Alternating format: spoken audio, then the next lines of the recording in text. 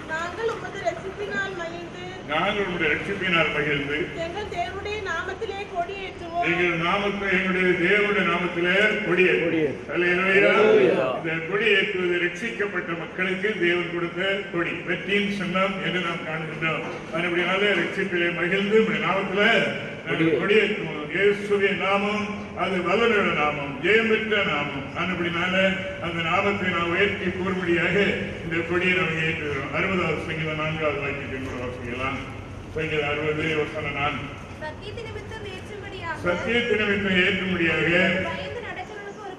தேவனுக்கு பயந்தவர்களுக்கு கொடுக்கப்பட்ட கொடி இது. அப்படினால சத்தியத்தை நிமித்தம் ஏற்றும்படி உங்களுக்கு பயந்தவர்களுக்கு ஒரு கொடியை கொடுத்தீர்கள்.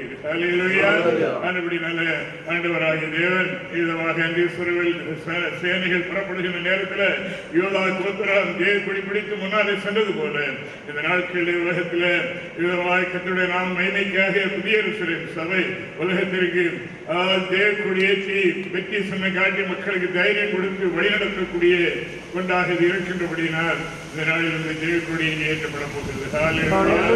கண்டுடைய வருகை வரைக்கும் இந்த கொடி இங்கே பறக்கின்றது. கண்டு சுத்தர்கள் நடுங்குவார்கள் என்று வேதம் சொல்லுகிறது. இது அநேகருக்கு அடையாள சின்னமாக இருக்கும் என்றும் வேதத்தில் நாம் பார்க்கின்றபடியினால இப்பொழுது கர்த்தருடைய நாமத்தினால தேவன் நமக்கு கொடுத்த ரட்சிப்பிலே நாம் மகிழ்ந்து இந்த தேவக்குடி இயேசு நாமத்தை நாம் ஏற்றப்போகிறோம். சத்தியத்தின் நிமித்தமாக சத்தியத்தை கை கொண்ட ஜாதிகளாகிய நமக்கு ஆண்டவராகிய தேவன் ஒரு அருமையான கொடியை தேவன் தந்திருக்கிறார். இது இயேசு நாமத்தினால இப்பொழுது நாம் ஏற்றுகிறோம். அல்லேலூயா, அல்லேலூயா, அல்லேலூயா, அல்லேலூயா, அல்லேலூயா, ஆமென், ஆமென், அல்லேலூயா, அல்லேலூயா, அல்லேலூயா, அல்லேலூயா. Oh Jesus, hallelujah, hallelujah, hallelujah.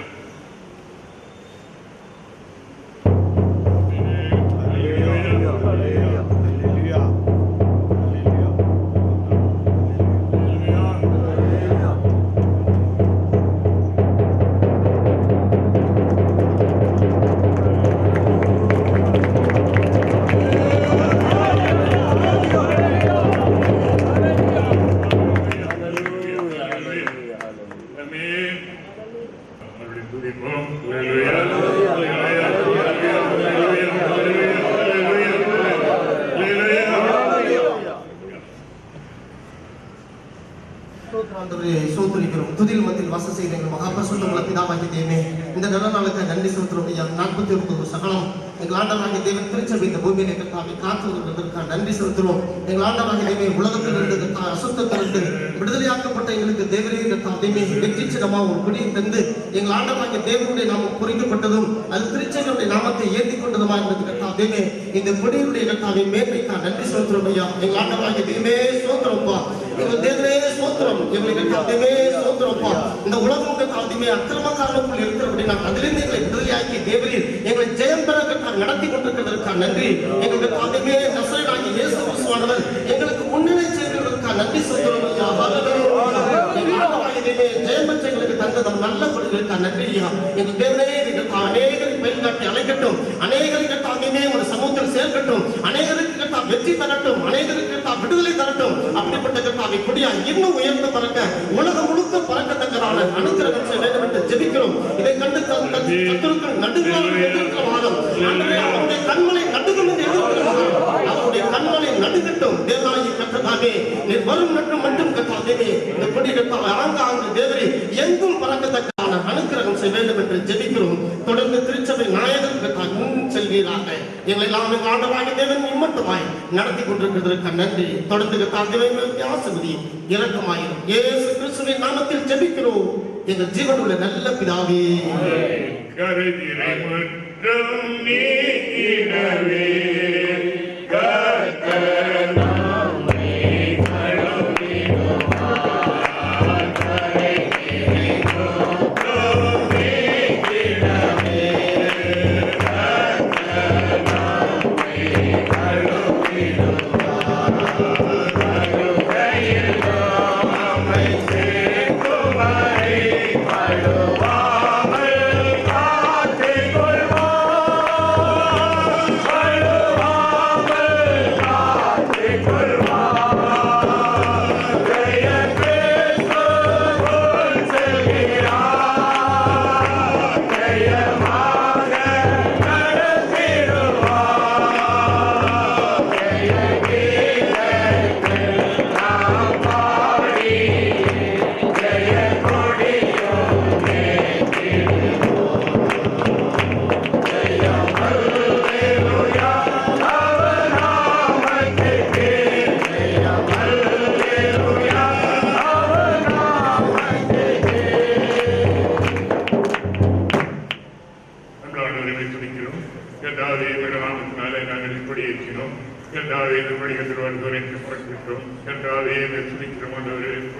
வருகிறவர்களாக, திருச்சபைக்கு வருகிற ஒவ்வொருவருக்கும் தேவற்றவர்களாக, கரைகளேற்றவர்களாக, பல சாசை மேற்கொண்டவர்களாக காணப்பட கண்டர் சுத்தம் கொண்டிருக்கிறேன். மறுபடியும் கருமையான சத்தியத்தை கொடுத்திருக்கிறேன். சத்தியத்தின் நிமித்தம் ஏற்கும்படியாக பயந்து நடக்கிறவர்களுக்கு ஒரு குடியை கொடுத்தீர் என்று சத்தியத்தினால் எங்களுக்கு விடுதலைக்காக, ரட்சிப்புக்காக, எங்களுக்கு கொடுத்த பரிசுத்த வாழ்க்கைக்காக, தெய்வீக ஐக்கியத்திற்காக ஒரு நன்றி. தேவனுடைய நாமத்தை மகிமைப்படுத்தும். ஆராதிக்கும் போதும் ஆராதிக்கப்பட்ட கிருபை கொடுத்து இயேசுவை போல ஜெபிக்கிறோம்.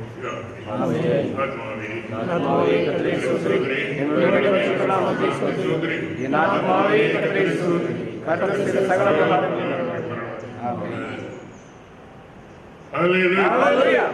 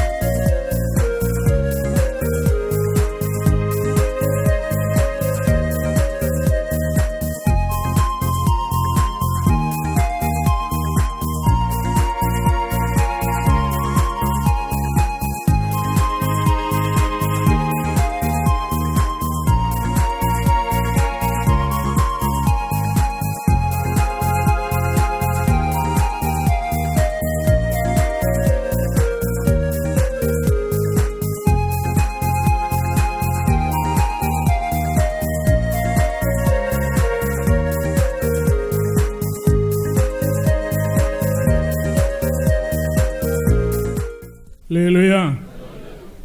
தேவனுடைய பரிசுத்த நாமத்திற்கு மகிமை உண்டாவதாக.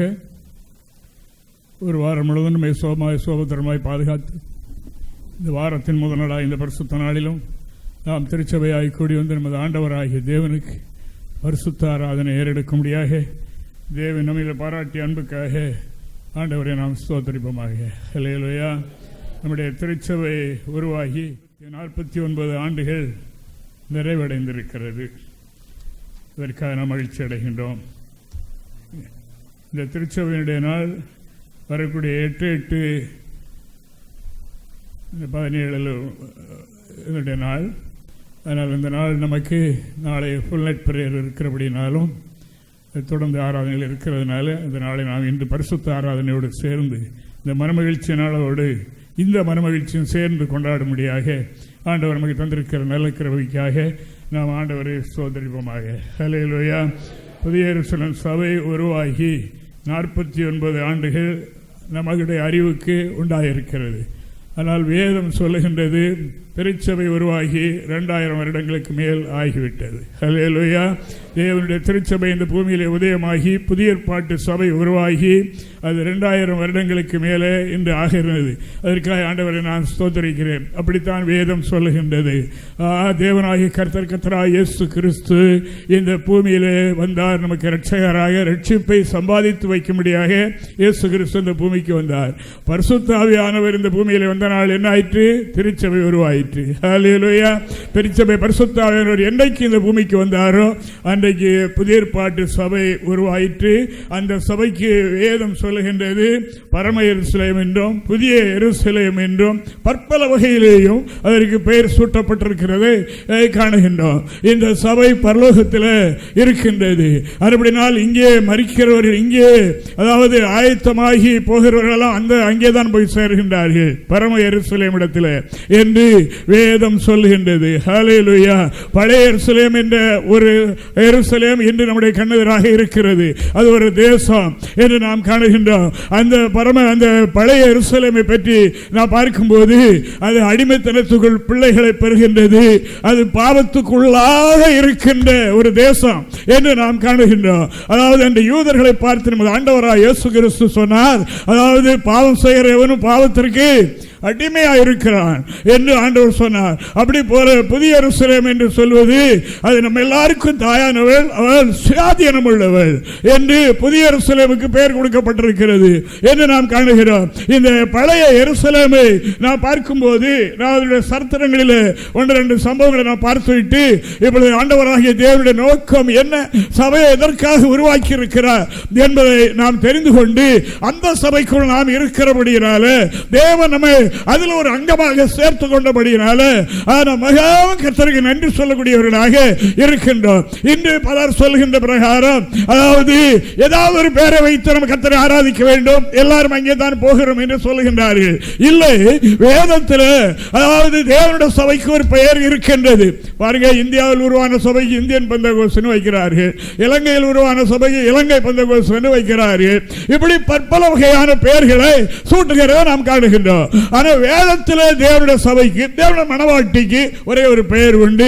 அதற்கு பெயர் தான் புதிய எருசலேம் என்று நாம் காணுகின்றோம். ஹல்லேலூயா. தேவனுக்கு மகிமை உண்டாவதாக. இந்த பழைய எருசலேமை குறித்து நாம் பார்க்கும்போது இந்த பழைய எருசலேமை எபூசியர் ஆண்டு கொண்டிருந்த காலத்தில், அதாவது 1046வது ஆண்டுல எபூசியர்கள் தேசத்தை ஆண்டு கொண்டிருந்த போது தாவீது மன்னன் அந்த தேசத்தை பிடித்து அந்த தேசத்தை ஒரு அழகுள்ள சிட்டியாக அதை மாற்றினாராம். அதை மாற்றி அங்கே ஒரு இடத்தை தெரிந்து கொண்டு அங்கே கர்த்தருடைய உடன்படிக்கை பெட்டியை அந்த இடத்தில் கொண்டு வந்து வைத்தார் என்று சரித்திரம் சொல்லுகிறது என்று நாம் காணுகின்றோம். அதுபடினால அங்கே ஒன்று உடன்படிக்கை பெட்டியை அவர் வைத்தது மாத்திரமில்ல, அங்கே ஒர்னான் என்று சொல்லப்படுகிற அந்த களத்தை அவர் சொந்தமாக வாங்கினார். வாங்கி அங்கே தேவனுக்கு ஒரு ஆலயம் கட்டுவதற்காக அவர் விரும்பினார் என்று நாம் பார்க்கின்றோம். அந்த ஆலயத்தை கட்ட அவர் விரும்பின போது ஆண்டவர், நீ அதை கட்ட வேண்டாம், உன்னுடைய மகனாகிய சாலமோன் அந்த ஆலயத்தை கட்டுவான் என்று கர்த்தர் சொல்லியிருந்தார். அதுபடினால அதாவது சாலமோன் கிமு கிறிஸ்துவுக்கு முன்னால் 1000 வருஷத்துக்கு முன்னால அந்த ஆலயத்தை கட்டினார் என்று நாம் காணுகின்றோம். தேவனுக்கு மகிமை. அவர் அந்த ஆலயத்தை கட்டி இருந்த அந்த காலத்தில், அதாவது அந்த ஆலயத்தை அவர் கட்டினார். கட்டி அந்த ஆலயம் தேவ மகிமையினால் நிறைந்திருந்தது. குறிக்கப்பட்ட காலத்தில், அதாவது நேபுகாத்நேச்சார் என்று சொல்லப்படுகிற மன்னன் அந்த ஆலயத்தை இடித்து போட்டு விட்டான் என்று நாம் காணுகின்றோம். சிறுவர் ஜனங்கள் எப்பப்போ பாவம் செய்தார்களோ, எப்பப்போ கர்த்தருடைய கட்டளைகளை மீறினார்களோ, அப்பெல்லாம் இப்படிப்பட்ட சம்பவங்கள் நடந்திருக்கிறது நாம் இங்கே காணுகின்றோம். தேவனுக்கு மகிமை உண்டாவதாக.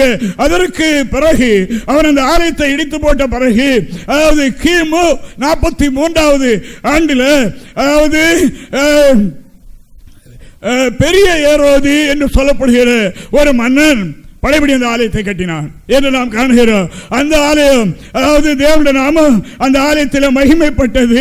அந்த ஆலயத்தில் தான் கர்த்தராகிய இயேசு கிறிஸ்து போய் ஆராதித்தார், பிரசங்கித்தார் என்று நாம் காணுகின்றோம். தேவனுக்கு மகிமை. அந்த ஆலயம் கிபி 70 வரைக்கும் இயங்கினது என்று நாம் காணுகிறோம். நம்முடைய சீஸ்தர்களிடத்தில் ஆண்டவராகிய இயேசு கிறிஸ்து சொல்லும் போது, இந்த ஆலயம் ஒரு கல்லின் மேல் ஒரு கல் இராதபடி இடிக்கப்பட்டு போய்விடும் என்று தேவன் தீர்க்க தரிசனம் சொன்னார். ஹல்லேலூயா. அந்த ஆலயம் விதமாக கிபி 70வது ஆண்டில் இடிபட்டு போயிட்டு ரோமர்களால் இடிபட்டு போயிட்டு என்று நாம் காணுகிறோம். இப்பொழுது அங்கே ஆலயம் இல்லை. ஹல்லேலூயா, ஹல்லேலூயா.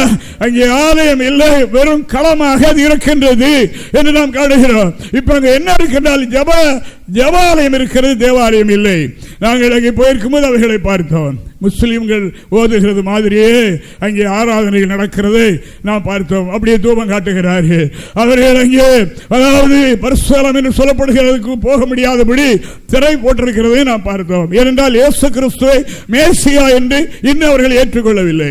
ஆனபடினால அவர்கள் அந்த திரைச்சீலை கிழிக்கப்படவில்லை என்ற அடையாளமாக அதை வைத்திருக்கிறார்கள். மேசியா இரவில் தான் வருவார் என்று அவர்கள் எண்ணிக்கொண்டிருக்கிறதை நாம் காணுகின்றோம். ஆனபடினால் அருமையான தேவனுடைய பிள்ளைகளே, இந்த யூதர்களுடைய இன்றுள்ள நம்பிக்கை என்ன என்றால் மேசியா மறுபடியும் வருவார்.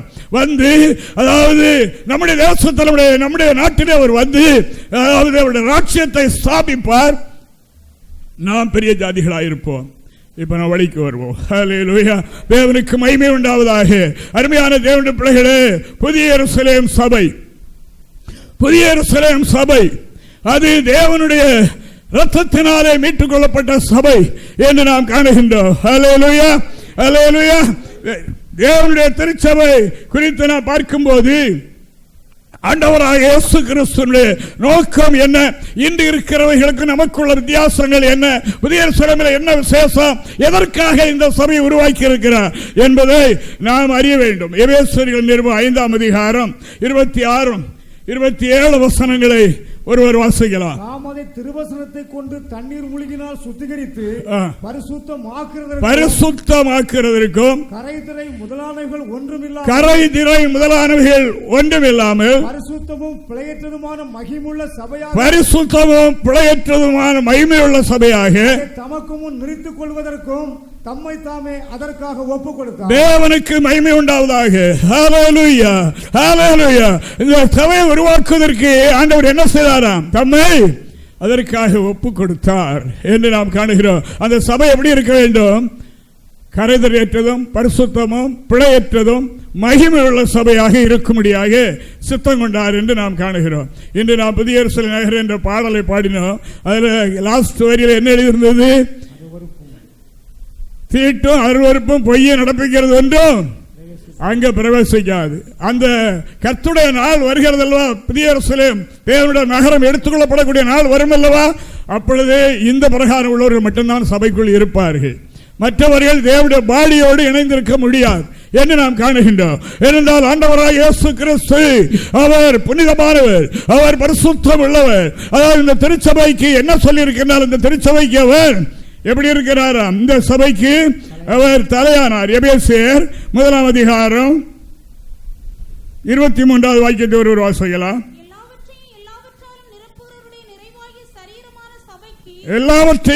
எல்லாவற்றாலும் நிரப்புகிறவராகிய அவருடைய சரீரமான சபைக்கு தலையாக தெரிந்து கொண்டார், தலையாக தந்தருளினார். தலையாக அந்த சபைக்கு, அந்த சபை பாடி, அந்த சபையுடைய சரீரம், அந்த சரீரத்துக்கு அவர் தலையாக கொண்டார். அதாவது எல்லாவற்றாலும் நிரப்புகிறவராகிய சரீரமாகிய சபை, இந்த சரீரமான சபைக்கு அவர் தலை என்று நாம் காணுகிறோம். இன்று கிறிஸ்துவை வேறொரு நிலையில பார்க்க முடியாது. அருமையானவர்களே, சபை இல்லை என்றால் அதாவது கிறிஸ்துவும் இல்லை, கிறிஸ்துவை மனிதர்கள் காண முடியாது என்று நாம் காணுகிறோம். சரீரமாகிய சபைக்கு அவர் தலையாக கொண்டார், அவர் தலையாக ஆனார் என்று நாம் பார்க்கின்றோம். ஆனபடினால அதாவது கிறிஸ்து சரீர திருச்சபை அவருடைய சரீரம், அந்த சபைக்கு அவர் தலையாக இருக்கின்றார். இந்த ரெண்டு சேர்ந்துதான் கிறிஸ்து. ஆனபடினால அதாவது இந்த கிறிஸ்துவோடு சேர வேண்டும் என்றால் இந்த சபையோடு மக்கள் அங்கம் வைக்க வேண்டும் என்று இறைவாக்கு சொல்லுகிறது. அதாவது வேதம் சொல்லுகிறது, நான் சொல்லவில்லை, வேதம் சொல்லுகின்றது இப்படி என்று சொல்லுகின்றது. ஹல்லேலூயா. அப்படினால சரீரமான சபைக்கு எல்லாவற்றாலும் சபைக்குள் இருக்கிற ஒரு அங்கத்தில் கொஞ்ச நாளில் எல்லா விதமான அதாவது கிருபைகளை அவர்கள் பெற்றவர்களாக இருப்பார்கள் என்று நான் விசுவாசிக்கிறேன். ஹல்லேலூயா. இந்த சபையின் மூலமாகத்தான் அனந்த ஞானமும் வெளியே வருமா? அவர் முட்டாளா இருக்கலாம், ஒன்றும் தெரியாதவனா இருக்கலாம், படிப்பறிவனாக இருக்கலாம். பேதுரு பாருங்க, அவர் எழுதியிருக்கிறவர்களை பார்த்தால் அதாவது இன்று இருக்கிற விஞ்ஞானிகள், அறிஞர்கள், அறிவாளிகள் கண்டுபிடிக்க முடியாத அவ்வளவெல்லாம் எழுதியிருக்கிறார். இந்த வானங்கள் எல்லாம் மடமடைந்து அகன்று போகும், இந்த பூமியெல்லாம் வெந்தொழி சாம்பலாக போகும் என்று அவர் அன்று எழுதி வைத்திருக்கிறார். இன்று ஆராய்ச்சியில் இதை கொஞ்சம் கொஞ்சம் கொஞ்சம் கொஞ்சம் கண்டுபிடிக்கிறார்கள் மனிதனுடைய ஆராய்ச்சினால. அவர் அப்படிப்பட்ட ஆராய்ச்சியில் கண்டுபிடிக்கவில்லை. அவர் அந்த சரீரத்துக்கு பேதுரு தான் சபைக்கு முதல் விசுவாசி என்று வேதம் சொல்லுகிறது. அல்லேலூயா. இந்த திருச்சபைக்கு பேதுரு தான் முதல் விசுவாசி. அந்த விசுவாசியை பார்த்து கர்த்தர் சொன்னார், அவரை அப்போஸ்தலனாக மாற்றி அவரிடத்தில் கர்த்தர் சொன்னது என்னென்றால், இந்த கல்லின் மேல் சபையை கட்டுவேன். அவர்தான் முதற்கல். அவர் அந்த கல் தான் அஸ்திவார கல் என்று நாம் வேதத்தில் காணுகிறோம். அந்த பேதுருவை கொண்டுதான், பேதுருவை அதாவது அஸ்திவார கல்லாக கொண்டு ஆண்டவர் புதிய எருசலேம் சபையை இந்த பூமியில் 2000 வருடங்களுக்கு முன்னாலே ஸ்தாபித்தார் என்று வேத வாக்கியம் சொல்லுகின்றது. அதற்காக நான் தேவனுக்கு ஸ்தோத்திரம் சொல்லுகிறேன். அந்த சபையை எல்லாவற்றாலும் நிரப்பி அந்த சபைக்கு அவர் தலையானார் என்று எழுதியிருக்கிறது. தேவனுக்கு மகிமை உண்டாவதாக. கொலோசியர் நிருபம் 1 அதிகாரம் 17-18 வசனங்களை ஒருவர் வாசிக்கலாம். கொலோசியர் 1 அதிகாரம் 17-18 வசனங்கள். எல்லாவற்றுக்கும் முந்தினவர், எல்லாம் அவருக்குள் நிலைநிற்கிறது, அவரே சபையாகிய சரீரத்துக்கு தலையானவர், எல்லாவற்றிலும் முதல்வராய் இருக்கும்படி அவரே ஆதியும் மரித்தோரிலிருந்து எழுந்த முதற் பேரும். அந்த சபைக்கு இங்கே அங்கே தலையானார், இங்கே தலைவரானார். ஹல்லேலூயா. ஆண்டவராகிய தேவன் தான் இந்த திருச்சபைக்கு தலைவர். அவர்தான் தலைவர். ஹல்லேலூயா. ஹல்லேலூயா. காணப்படுகிறவர்கள் உலகத்தில் என்னென்ன சாரத்தில் இருந்து கொள்ளலாம், அது இந்த உலகத்துக்குரிய காரியம். ஆனால் இந்த திருச்சபைக்கு காணப்படாத ஒரு தலை இருக்கிறது, ஒரு தலைவர் இருக்கின்றார். அந்த தலைவர் தான் இந்த சபை ஆளுகை செய்கின்றார். ஹல்லேலூயா. ஹல்லேலூயா.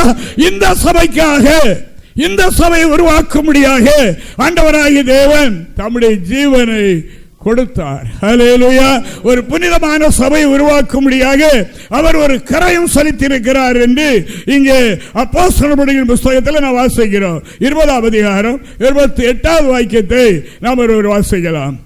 ஆகையால் உங்களை குறித்தும் தேவன் தம்முடைய சுய இரத்தத்தினாலே சம்பாதித்துக் கொண்ட தமது சபையை மேய்ப்பதற்கு பரிசுத்த ஆவி உங்களை கண்காணிகளாக வைத்த மந்தை முழுவதையும் குறித்தும் தேவனுக்கு மகிமை உண்டாவதாக. இங்கே அப்போஸ்தலன் என்ன எழுதுகிறார் என்றால் 20-28 வாசிக்கும் போது, ஆகையால் உங்களை குறித்தும் தேவன் தம்முடைய சுய இரத்தத்தினால் சம்பாதித்துக் கொண்ட தமது சபையை மேய்ப்பதற்கு என்று அவர் எழுதுகின்றார். ஹல்லேலூயா. இந்த சபைக்காக அவருடைய சொந்த இரத்தத்தை சிந்தி கரையம் செலுத்தி அவர் சபையை உருவாக்கி இருக்கிறார் என்று வேதம் சொல்லுகின்றது. தேவனுக்கு மகிமை. அதாவது அவருடைய கரையத்தை அவர் சாதாரணமாக இந்த சபை உருவாக்கவில்லை, நம்முடைய இரத்தத்தை சிந்தி கரையம் கொடுத்து சபையை உருவாக்கி இருக்கிறார். அப்படினால இந்த சபையை கண்காணிப்பதற்காக உங்களை மேய்ப்பவர்களாக வைத்திருக்கிறார், உங்களை விசுவாசிகளாக வைத்திருக்கிறார். நீங்கள் எச்சரிக்கையாக இருங்கள் என்று வேதம் சொல்லுகின்றது. ஹல்லேலூயா. ஹல்லேலூயா. அப்படித்தான் என்று சிலர் எண்ணுகின்றார்கள். எங்கே போய் கடவுளை ஆராதிக்கலாம், எங்கேயுமே ஆராதிக்கலாம், பக்கத்தில் இருக்க எங்கேயா போய்கொள்ளலாம், இங்கே வந்துதான் கர்த்தரை ஆராதிக்க வேண்டுமா என்று மக்கள் எண்ணுகின்றார்கள். அருமையான தேவனுடைய பிள்ளைகளே, இதுதான் தேவனுடைய சரீரமாகிய சபை என்பதை நாம் அறிந்தது மாத்திரமல்ல, கர்த்தருடைய வேதமும் அவைகளை நமக்கு சுட்டி காட்டுகிறது. இங்கே நாம் காணுகின்றோம். நாம் ஏதோ அதாவது தற்செயலாக சபைக்குள்ளே வந்துவிடவில்லை.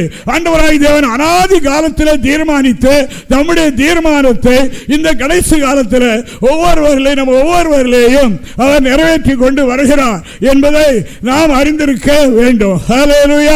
தேவனுக்கு மகிமை. என்னிடத்தில் சிலர் கேட்பார்கள், உங்களுடைய சபையில் எத்தனை விசுவாசிகள் இருக்கிறார்கள் என்று கேட்பார்கள்.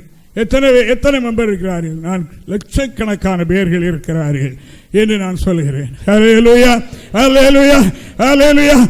2 தீமோத்தேயு 1 அதிகாரம் 9வது வாக்கியத்தை ஒருவர் வாசிக்கலாம்.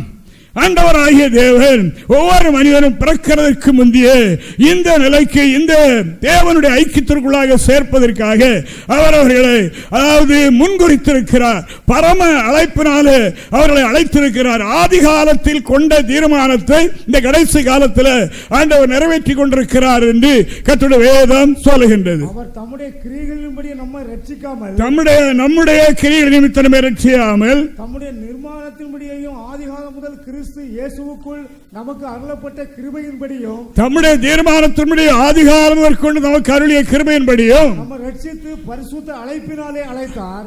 தேவனுக்கு மகிமை உண்டாவதாக. ஆதிகாலத்திலே கொண்டிருந்த அவருடைய தீர்மானத்தின்படி நாம் ஏதோ நல்ல காரியம் செய்தால் ரட்சிக்கப்பட்டு விட்டோம், நாம் நல்லபடியாக பக்தியா இருந்தோம், ஆனபடினால் சபையில சேர்ந்து கொண்டோம் என்று சொல்வதற்கு இல்லை. அல்லேலூயா. தேவன் ஆதிகாலத்திலே அவர் இப்படி தீர்மானம் கொண்டிருந்தார் என்று வேதம் சொல்லுகிறது. அந்த தீர்மானத்தின்படிதான் இப்பொழுது நம்மை பரம அழைப்புக்கு பங்குள்ளவர்களாக அவருடைய சரீரத்தோடு கொண்டு வந்து சேர்த்திருக்கிறார். ஹல்லேலூயா, ஹல்லேலூயா, கொண்டு சேர்த்திருக்கிறார் என்று வேதம் சொல்லுகிறது. நான் ஆரம்பத்தில் சொன்னேன் இந்த சபை பரலோகத்தில் இருக்கிறது என்று. அதை நீங்கள் வாசியுங்கள். ஒன்று தேவனுக்கு எபிரேயருக்கு 12ஆம் அதிகாரம் 22 முதல் சில வசனங்களை ஒரு வாசிக்கலாம். 22 வரைக்கும், 24 வரைக்கும். சீயோன் மலையிடத்திற்கும் ஜீவனுள்ள தேவனுடைய நகரமாகிய பரம எருசலேம் இடத்திற்கும் 1000-10,000 தேவ தூதரிடத்திற்கும் பரலோகத்தில் பேரெழுதியிருக்கிறவை முதல் பேரானவர்களின் சர்வ சங்கமாகிய சபையிடத்திற்கும் யாவருக்கும் நியாயாதிபதியாகிய தேவனிடத்திற்கும் பூர்ணராக்கப்பட்ட நீதிமான்களுடைய ஆவிகள் இடத்திற்கும் புது உடன்படிக்கையின் மத்தியஸ்தராகிய இயேசுவினிடத்திற்கும் ஆவியோட ரத்தம் பேசினதை பார்க்கிலும் நன்மையானவளை பேசுகிற ரத்தமாகிய தெளிக்கப்படுவ ரத்தத்திடத்திற்கும் வந்து சேர்ந்தீர்கள். தேவனுக்கு மகிமை உண்டாவதாக. நீங்களோ சீயோன் மலையினிடத்திற்கும் ஜீவனுள்ள நகரமாகிய பரம எருசலேம் இடத்திற்கும் 1000-10,000 தேவ தூதரிடத்திற்கும் பரலோகத்தில் பேரெழுதியிருக்கிற முதற் பேரானவர்களின் சர்வ சங்கமாகிய சபையினிடத்திற்கும் யாவருக்கும் நியாயாதிபதியாகிய தேவனிடத்திற்கும் பூரணராக்கப்பட்ட ஆவியினுடைய நீதிமான்களுடைய ஆவிகளிடத்திற்கும் புது உடன்படிக்கையின் மத்தியஸ்தராகிய இயேசுவினிடத்திற்கும் ஆபேலின் ரத்தம் பேசினதை பார்க்கிலும் நன்மையானவர்களை பேசுகிற இரத்தமாகிய தெளிக்கப்படுகிற இரத்தத்திடத்திற்கும் வந்து சேர்ந்தீர்கள். ஹல்லேலூயா, ஹல்லேலூயா. பரலோகத்திலே பேர் எழுதியிருக்கிற முதற் பேரானவர்களுடைய சர்வ சங்கமாகிய சபை என்று நாம் காணுகின்றோம். அதாவது பரலோகத்தில் இந்த சபை இருக்கின்றது, அங்கே பேர் எழுதப்பட்டிருக்கிறது. இந்த சபையில் யார் சேர்க்கப்படுகிறார் என்றால் முதற் பலன்கள் இதில் சேர்க்கப்படுகிறார்கள் என்று நாம் காணுகிறோம். முதன்மையானவர்கள், முதல் வருகையில் எடுத்துக் கொள்ளப்படுகிறவர்கள், இந்த கரைதரையற்ற மாசற்ற தூய்மையாக்கப்பட்ட ஒரு கூட்டத்தை உருவாக்க தேவன் சுத்தம் என்றார் அல்லவா, அந்த கூட்டத்தை தான் அங்கே கொண்டு சேர்க்கிறார். அதாவது இன்று இங்கே காணப்படுகிற இந்த சபை மாத்திரமல்ல, ஏற்கனவே கடந்த காலத்தில் வாழ்ந்து கடந்து போன அப்போஸ்தல கால சபை அங்கே இருக்கின்றது. ஹல்லேலூயா. அவர்கள் அங்கே இருக்க, நாம் இப்போ அங்கே வந்து சேருகின்றோம். அதைத்தான் எபிரேய நிருபகர்த்தர் எழுதும் போது இவ்வளமாக எழுதினார். என்ன எழுதினார் என்றால், நீங்கள் இப்பொழுது இங்கே நாகர்கோவில் சபையில் அல்லது வள்ளியூர் சபையில் இப்படி இல்லை, நீங்கள் பரலோகத்தில் பேர் எழுதியிருக்கிற அந்த முதற் பேரானவர்களை சேர்க்கக்கூடிய அந்த சர்வசங்கமாகிய சபையினிடத்திற்கும் பூரணமாக்கப்பட்ட ஆவிகளிடத்திற்கும், பூரணமாகி யார் இறங்கி சென்றிருக்கிறார்களோ அந்த ஆவியினிடத்திற்கும் இரத்த சாட்சியாய் மரித்த ஆபேல் தான் முதல் இரத்த சாட்சி. ஆபேல் தான் முதல் இரத்த சாட்சியாக மரித்தார். அந்த ஆபேலுடைய இரத்தம் பேசுகிறதை பார்க்கிலும் நன்மையானவர்களை பேசுகிற தெளிக்கப்படும் இரத்தத்தினிடத்திற்கும் புதிய எருசலேம். ஹல்லேலூயா. இந்த புதிய எருசலேம் என்பது பரலோகத்தில் நாமகரணம் சூட்டப்பட்டிருக்கிறது. அங்கே ஒரு ஆலயம் இருக்கின்றது, அங்கே ஆராதனை நடக்கின்றது. அந்த ஆராதனை எப்படி நடக்கிறது என்று ஏசாயா 6ஆம் அதிகாரத்தில் நாம் அடிக்கடி படிக்கிற வசனம் என்று நாம் காணுகிறோம். அங்கே கேராபீர்களும் சேராபீர்களும் வாசிங்க 6ஆம் அதிகாரத்தில்.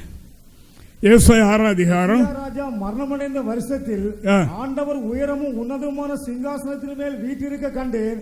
அவருடைய வஸ்திர தொங்கலால் தேவாலயம் நிறைந்திருந்தது. சேராபீன்கள் அவருக்கு மேலாக நின்றார்கள். அவர்கள் ஒவ்வொருவனுக்கும் அவ்வாறு சட்டைகள் இருந்தன. அவரவர் 2 சட்டைகளால் தந்தன் முகத்தை மூடி, 2 சட்டைகளால் தந்தன் கால்களை மூடி, 2 சட்டைகளால் பறந்து ஒருவரை ஒருவர் நோக்கி, சேனைகளின் கர்த்தர் பரிசுத்தர், பரிசுத்தர், பரிசுத்தர், பூமி இணைத்தவருடைய மகிமையால் நிறைந்திருக்கிறது என்று கூப்பிட்டு சொன்னார்கள். திறப்பார்கள், கூப்பிடுவதின் சத்தத்தால் வாசல்கள் நிலைகள். தேவனுக்கு மகிமை உண்டாவதாக. பரலோகத்தில் ஒரு ஆலயம் இருக்கிறது, அங்கே ஒரு ஆராதனை வழிபாடு நடக்கிறது, அங்கே இருக்கிறது சபை. அந்த சபை அதாவது முதற் பேரானவர்களுடைய சர்வ சங்கமாகிய சபை என்று அதற்கு பெயரிடப்பட்டிருக்கிறது. அந்த சபைக்குள்ள அல்லது அந்த ஆலயத்துக்குள்ள அந்த இடத்துக்குள்ள பிரவேசிக்கிறவர்கள் இந்த முதன்மையான நிலை அடைந்தவர்கள் என்று நாம் காணுகின்றோம். ஹல்லேலூயா, ஹல்லேலூயா. ஒரு சார்பார் சொல்லுகிறார்கள், அதாவது திருமணமாகாத ஊழியக்காரன், அதுதான் அப்போஸ்தல அழைப்பு, அதுதான் அப்போஸ்தல ஐக்கியம். அவர்களோடு சேர்கிறவர்கள் தான் அதாவது முதல் வருகையிலே எடுத்துக்கொள்ளப்படுவார்கள். அதே அந்த 144,000 பேர் அவர்கள் தான் என்றெல்லாம் சொல்லுகின்றார்கள். அப்படி வேதம் சொல்லவில்லை.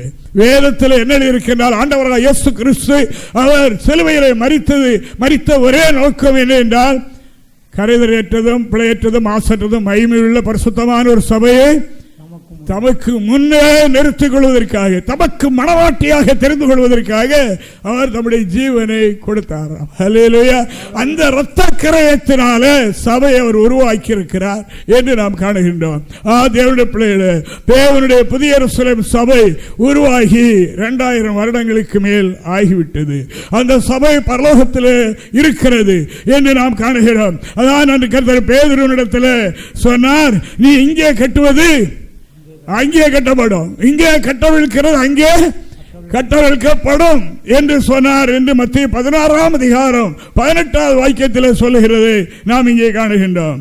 மேலும் நான் உனக்கு சொல்லுகிறேன், நீ பேதுருவா இருக்கிறாய், இந்த கல்லின் மேல் என் சபையை கட்டுவேன், பாதாளத்தின் வாசல்களை மேற்கொள்வதில்லை, பரலோக ராஜ்யத்தின் திறவுகோல்களை நான் உனக்கு தருவேன், பூலோகத்திலே நீ கட்டுகிறது எதுவோ பரலோகத்திலும் கட்டப்படும், இந்த பூலோகத்தில் எதை கட்டவிழ்த்து விட்டு விட்டாயோ பரலோகத்திலும் கட்டவிழ்க்கப்படும், அங்கிருந்து நீக்கப்படும். தேவனுக்கு மகிமை உண்டாவதாக. இங்கே அதாவது நீ ஒரு ஆத்மாவை பாவரிக்கை செய்ய வைத்து அவர்களுக்கு என்னை பற்றி அறிவித்து சுவிசேஷம் சொல்லி அவளை பாவரிக்கை செய்ய வைத்து அவளை நீர் திருச்சபையோடு என்னோடு கூட கட்டும் போது அங்கே சர்வசங்கமாகிய சபை இருக்கிறது அல்லவா, அதோடு கூட கட்டப்படுவார்கள். இங்கேதான் இருப்பார்கள். இவர்களுடைய எங்கே குடியிருப்பு எங்கே இருக்கும், இவருடைய ஆன்மா அங்கே இருக்கும். அதாவது ரட்சிப்பை விட்டு விலகிவிட்டால் சொல்லுகிறார்கள் அல்லவா, விழுந்து போய்விட்டார்கள், ரட்சிப்பிலிருந்து விழுந்து போய்விட்டார்கள் என்று சொல்லுகிறார்கள் அல்லவா. விழுகிறது என்று அங்கிருந்து விழுந்து விடுகிறது, அதைத்தான் விழுகை என்று சொல்லுகிறதை நாம் காட்டுகிறோம். சாத்தான் எப்படி அங்கிருந்து தள்ளப்பட்டானோ அதே மாதிரி அதாவது தேவனோடு திருச்சபையோடு கட்டப்பட்டிருக்கிறவர்கள் அந்த ரட்சிப்பை இழந்து விட்டால் அப்படி ஆகிவிடும். அந்த அதிகாரத்தை கர்த்தர் பேதுருவுக்கு கொடுத்தார். ஹல்லேலூயா. அதான் சொன்னேன், இந்த முதல் விசுவாசி பேதுரு இந்த புதிய எருசலேம் சபைக்கு. ஹல்லேலூயா. தேவனுக்கு மகிமை. இதன் மேலே தான் என் சபையை கட்டுவேன் என்று கர்த்தர் சொன்னார் என்று நாம் காணுகின்றோம். ஆனபடினாலே இங்கே நீ ஒரு ஆத்துமாவை சபையோடு சேர்க்கும் போது அவர்கள் பரலோகத்தில் இருக்கிற சபையோடு சேர்க்கப்படுவார்கள். இங்கே ஒரு ஆத்துமாவை நீ கட்டவிழ்த்து விட்டுவிட்டாயானால், பாராமுகமாய் விட்டுவிட்டாயானால், அவர்களுக்கு நீ ஆலோசனை கொடுக்காமல் விட்டுவிட்டாயானால், அவர்கள் ஒதுங்கி போய்விட்டார்கள் என்றார், அங்கிருந்து அவர்கள் கட்டவிழ்க்கப்படுவார்கள் என்று வேதம் சொல்கிறது. சபைக்கு அவ்வளவு பெரிய அதிகாரம் தேவன் கொடுத்திருக்கிறார். ஹல்லேலூயா, ஹல்லேலூயா. அந்த சபை பரலோகத்தில் இருக்கிறது. அருமையானவர்களே, நான் இதை பற்றி ஆராய்ச்சி பண்ணும்போது எனக்கு கூடுதலாய் பேச வரவில்லை. அதாவது அந்த சபை குறித்து அவ்வளவு அளவு ரொம்ப விரிவாக அது போய்கொண்டே இருந்தது. இரத்த சாட்சிகளிலும் அநேகர் அந்த சபைக்குள் அங்கமாயிருக்கிறார்கள். இதற்கு நிறைய பேர், சேவான் முதற்கொண்டு எத்தனை பேர் இரத்த சாட்சியை மரித்தார்களோ அவர்களுடைய ஆன்மாவும் அந்த சர்வசங்கமாகிய சபைக்குள்ளே சேர்க்கப்பட்டிருக்கிறது என்று நான் உணர்ந்து கொண்டேன். ஹல்லேலூயா, ஹல்லேலூயா.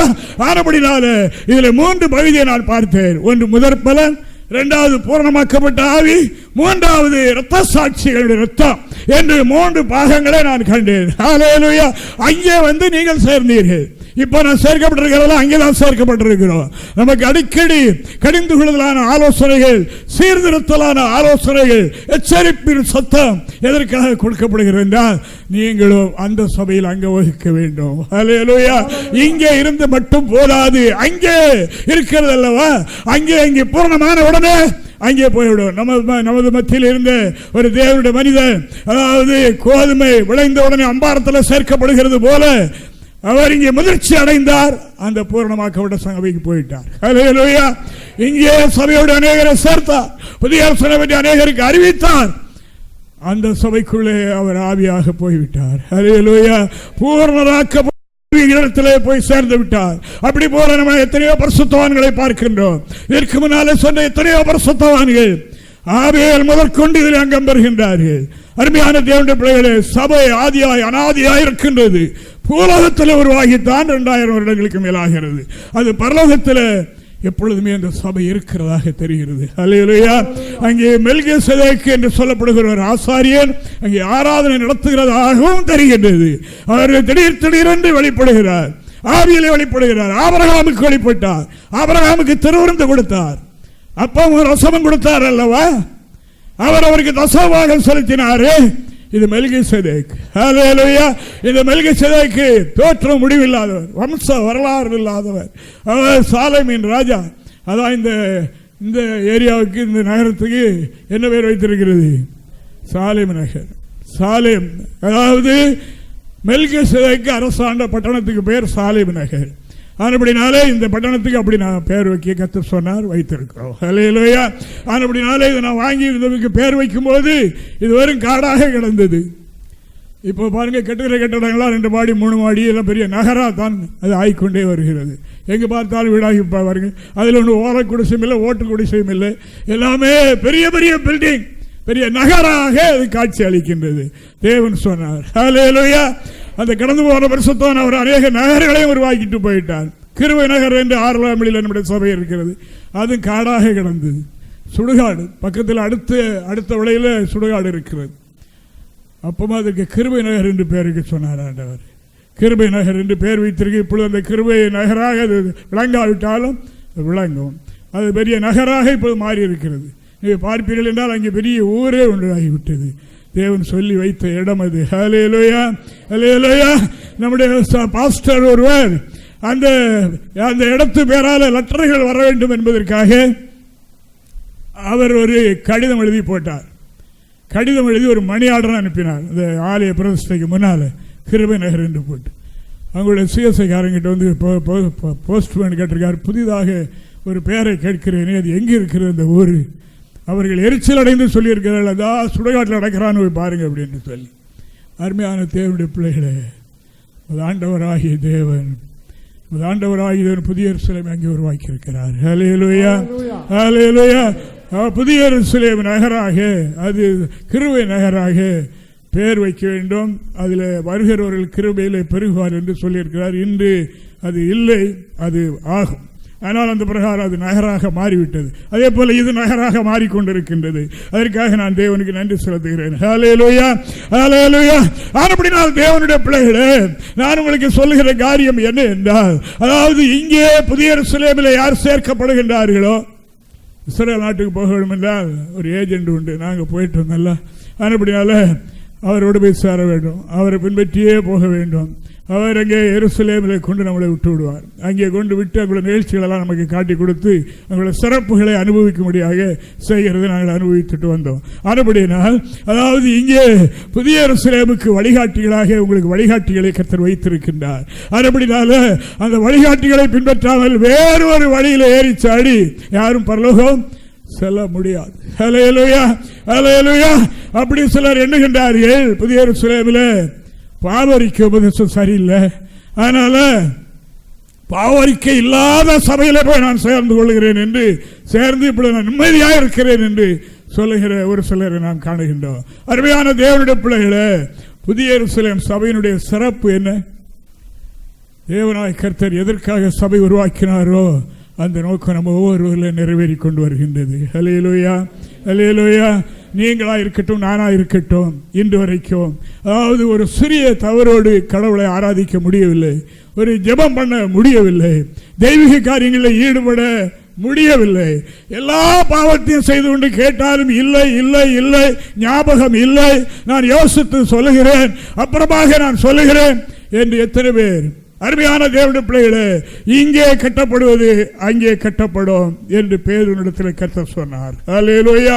நீங்க எதை கட்டுகின்றாயோ, யாரை கட்டுகின்றாயோ, யாரை சேர்க்கின்றாயோ அவர்களை நான் அங்கே பரலோகத்தில் இருக்கிறது அல்லவா முதற் பேரானவருடைய சர்வ சங்கமாகிய சபை, அந்த சபைக்கு புதிய எருசலேம் என்ற பெயர். அல்லேலூயா. புதிய ஏற்பாட்டு சபைக்கு அந்த பெயர் தான் சூட்டப்பட்டிருக்கிறது என்று நாம் வேதத்தில் காணுகின்றோம். அருமையான தேவனுடைய பிள்ளைகளே, அந்த சபைக்கு முதல் கல் அப்போஸ்தலனாகிய பேதுரு என்று நான் வாசித்தோம். அதற்காக நான் தேவனுக்கு நன்றி செலுத்துகிறேன். தேவனுக்கு மகிமை உண்டாவதாக. அருமையான கர்த்தருடைய பிள்ளைகளே, இப்படிப்பட்டவர்களை கர்த்தர் உலகம் முழுவதும் இருந்து கூட்டி சேர்க்க போகிறார். நேற்று எனக்கு ஸ்ரீலங்காவில் இருந்து ஒரு கடிதம் வந்தது. அந்த கடிதத்தில் நிறைய எழுதியிருக்கிறார்கள். அந்த இடத்துக்காரர்கள் 2 இடம் நான் இப்படி போய் ஆலயத்தை திறந்து கைப்பற்றி நடத்தி வைத்துவிட்டு வந்தோம் அல்லவா, அதனுடைய உரிமையாளர் எழுதியிருக்கிறார்கள். அதாவது கடைசி வரைக்கும் நான் இந்த அப்போஸ்தல ஐக்கியத்தில் இருந்து புதிய எருசலேமாய் என்னுடைய ஜீவகாலம் முழுவதும் நான் வாழ்வேன், என்னுடைய முழு பொறுப்பையும் நான் உங்களுடைய கரத்தில் ஒப்புக் கொடுக்கிறேன் என்று அங்கிருந்து ஒரு கடிதம் வந்திருக்கிறது. இந்த 27 ஆண்டு காலமாக சபையினுடைய அன்பை ருசி பார்த்தவர்கள். அதுபடினால அப்படி எழுதியிருக்கிறார்கள். அதுபடினால உலகம் முழுவதும் இந்த திருச்சபைக்கு அங்கமாக ஜீவனுள்ள கற்களாக தேவநாயகத்தில் தெரிந்து கொள்ளப்பட்டவர்கள் எல்லாம் கொண்டு வந்து எங்கே சேர்ப்பார்? சபையோடு சேர்ப்பார். அப்போஸ்தலர் 2 அதிகாரம் 47வது வாக்கியத்தை நாம் ஒருவர் வாசிக்கலாம். தேவனை துதித்து ஜனங்கள் எல்லோரிடத்திலும் தயவு பெற்றிருந்தார்கள்.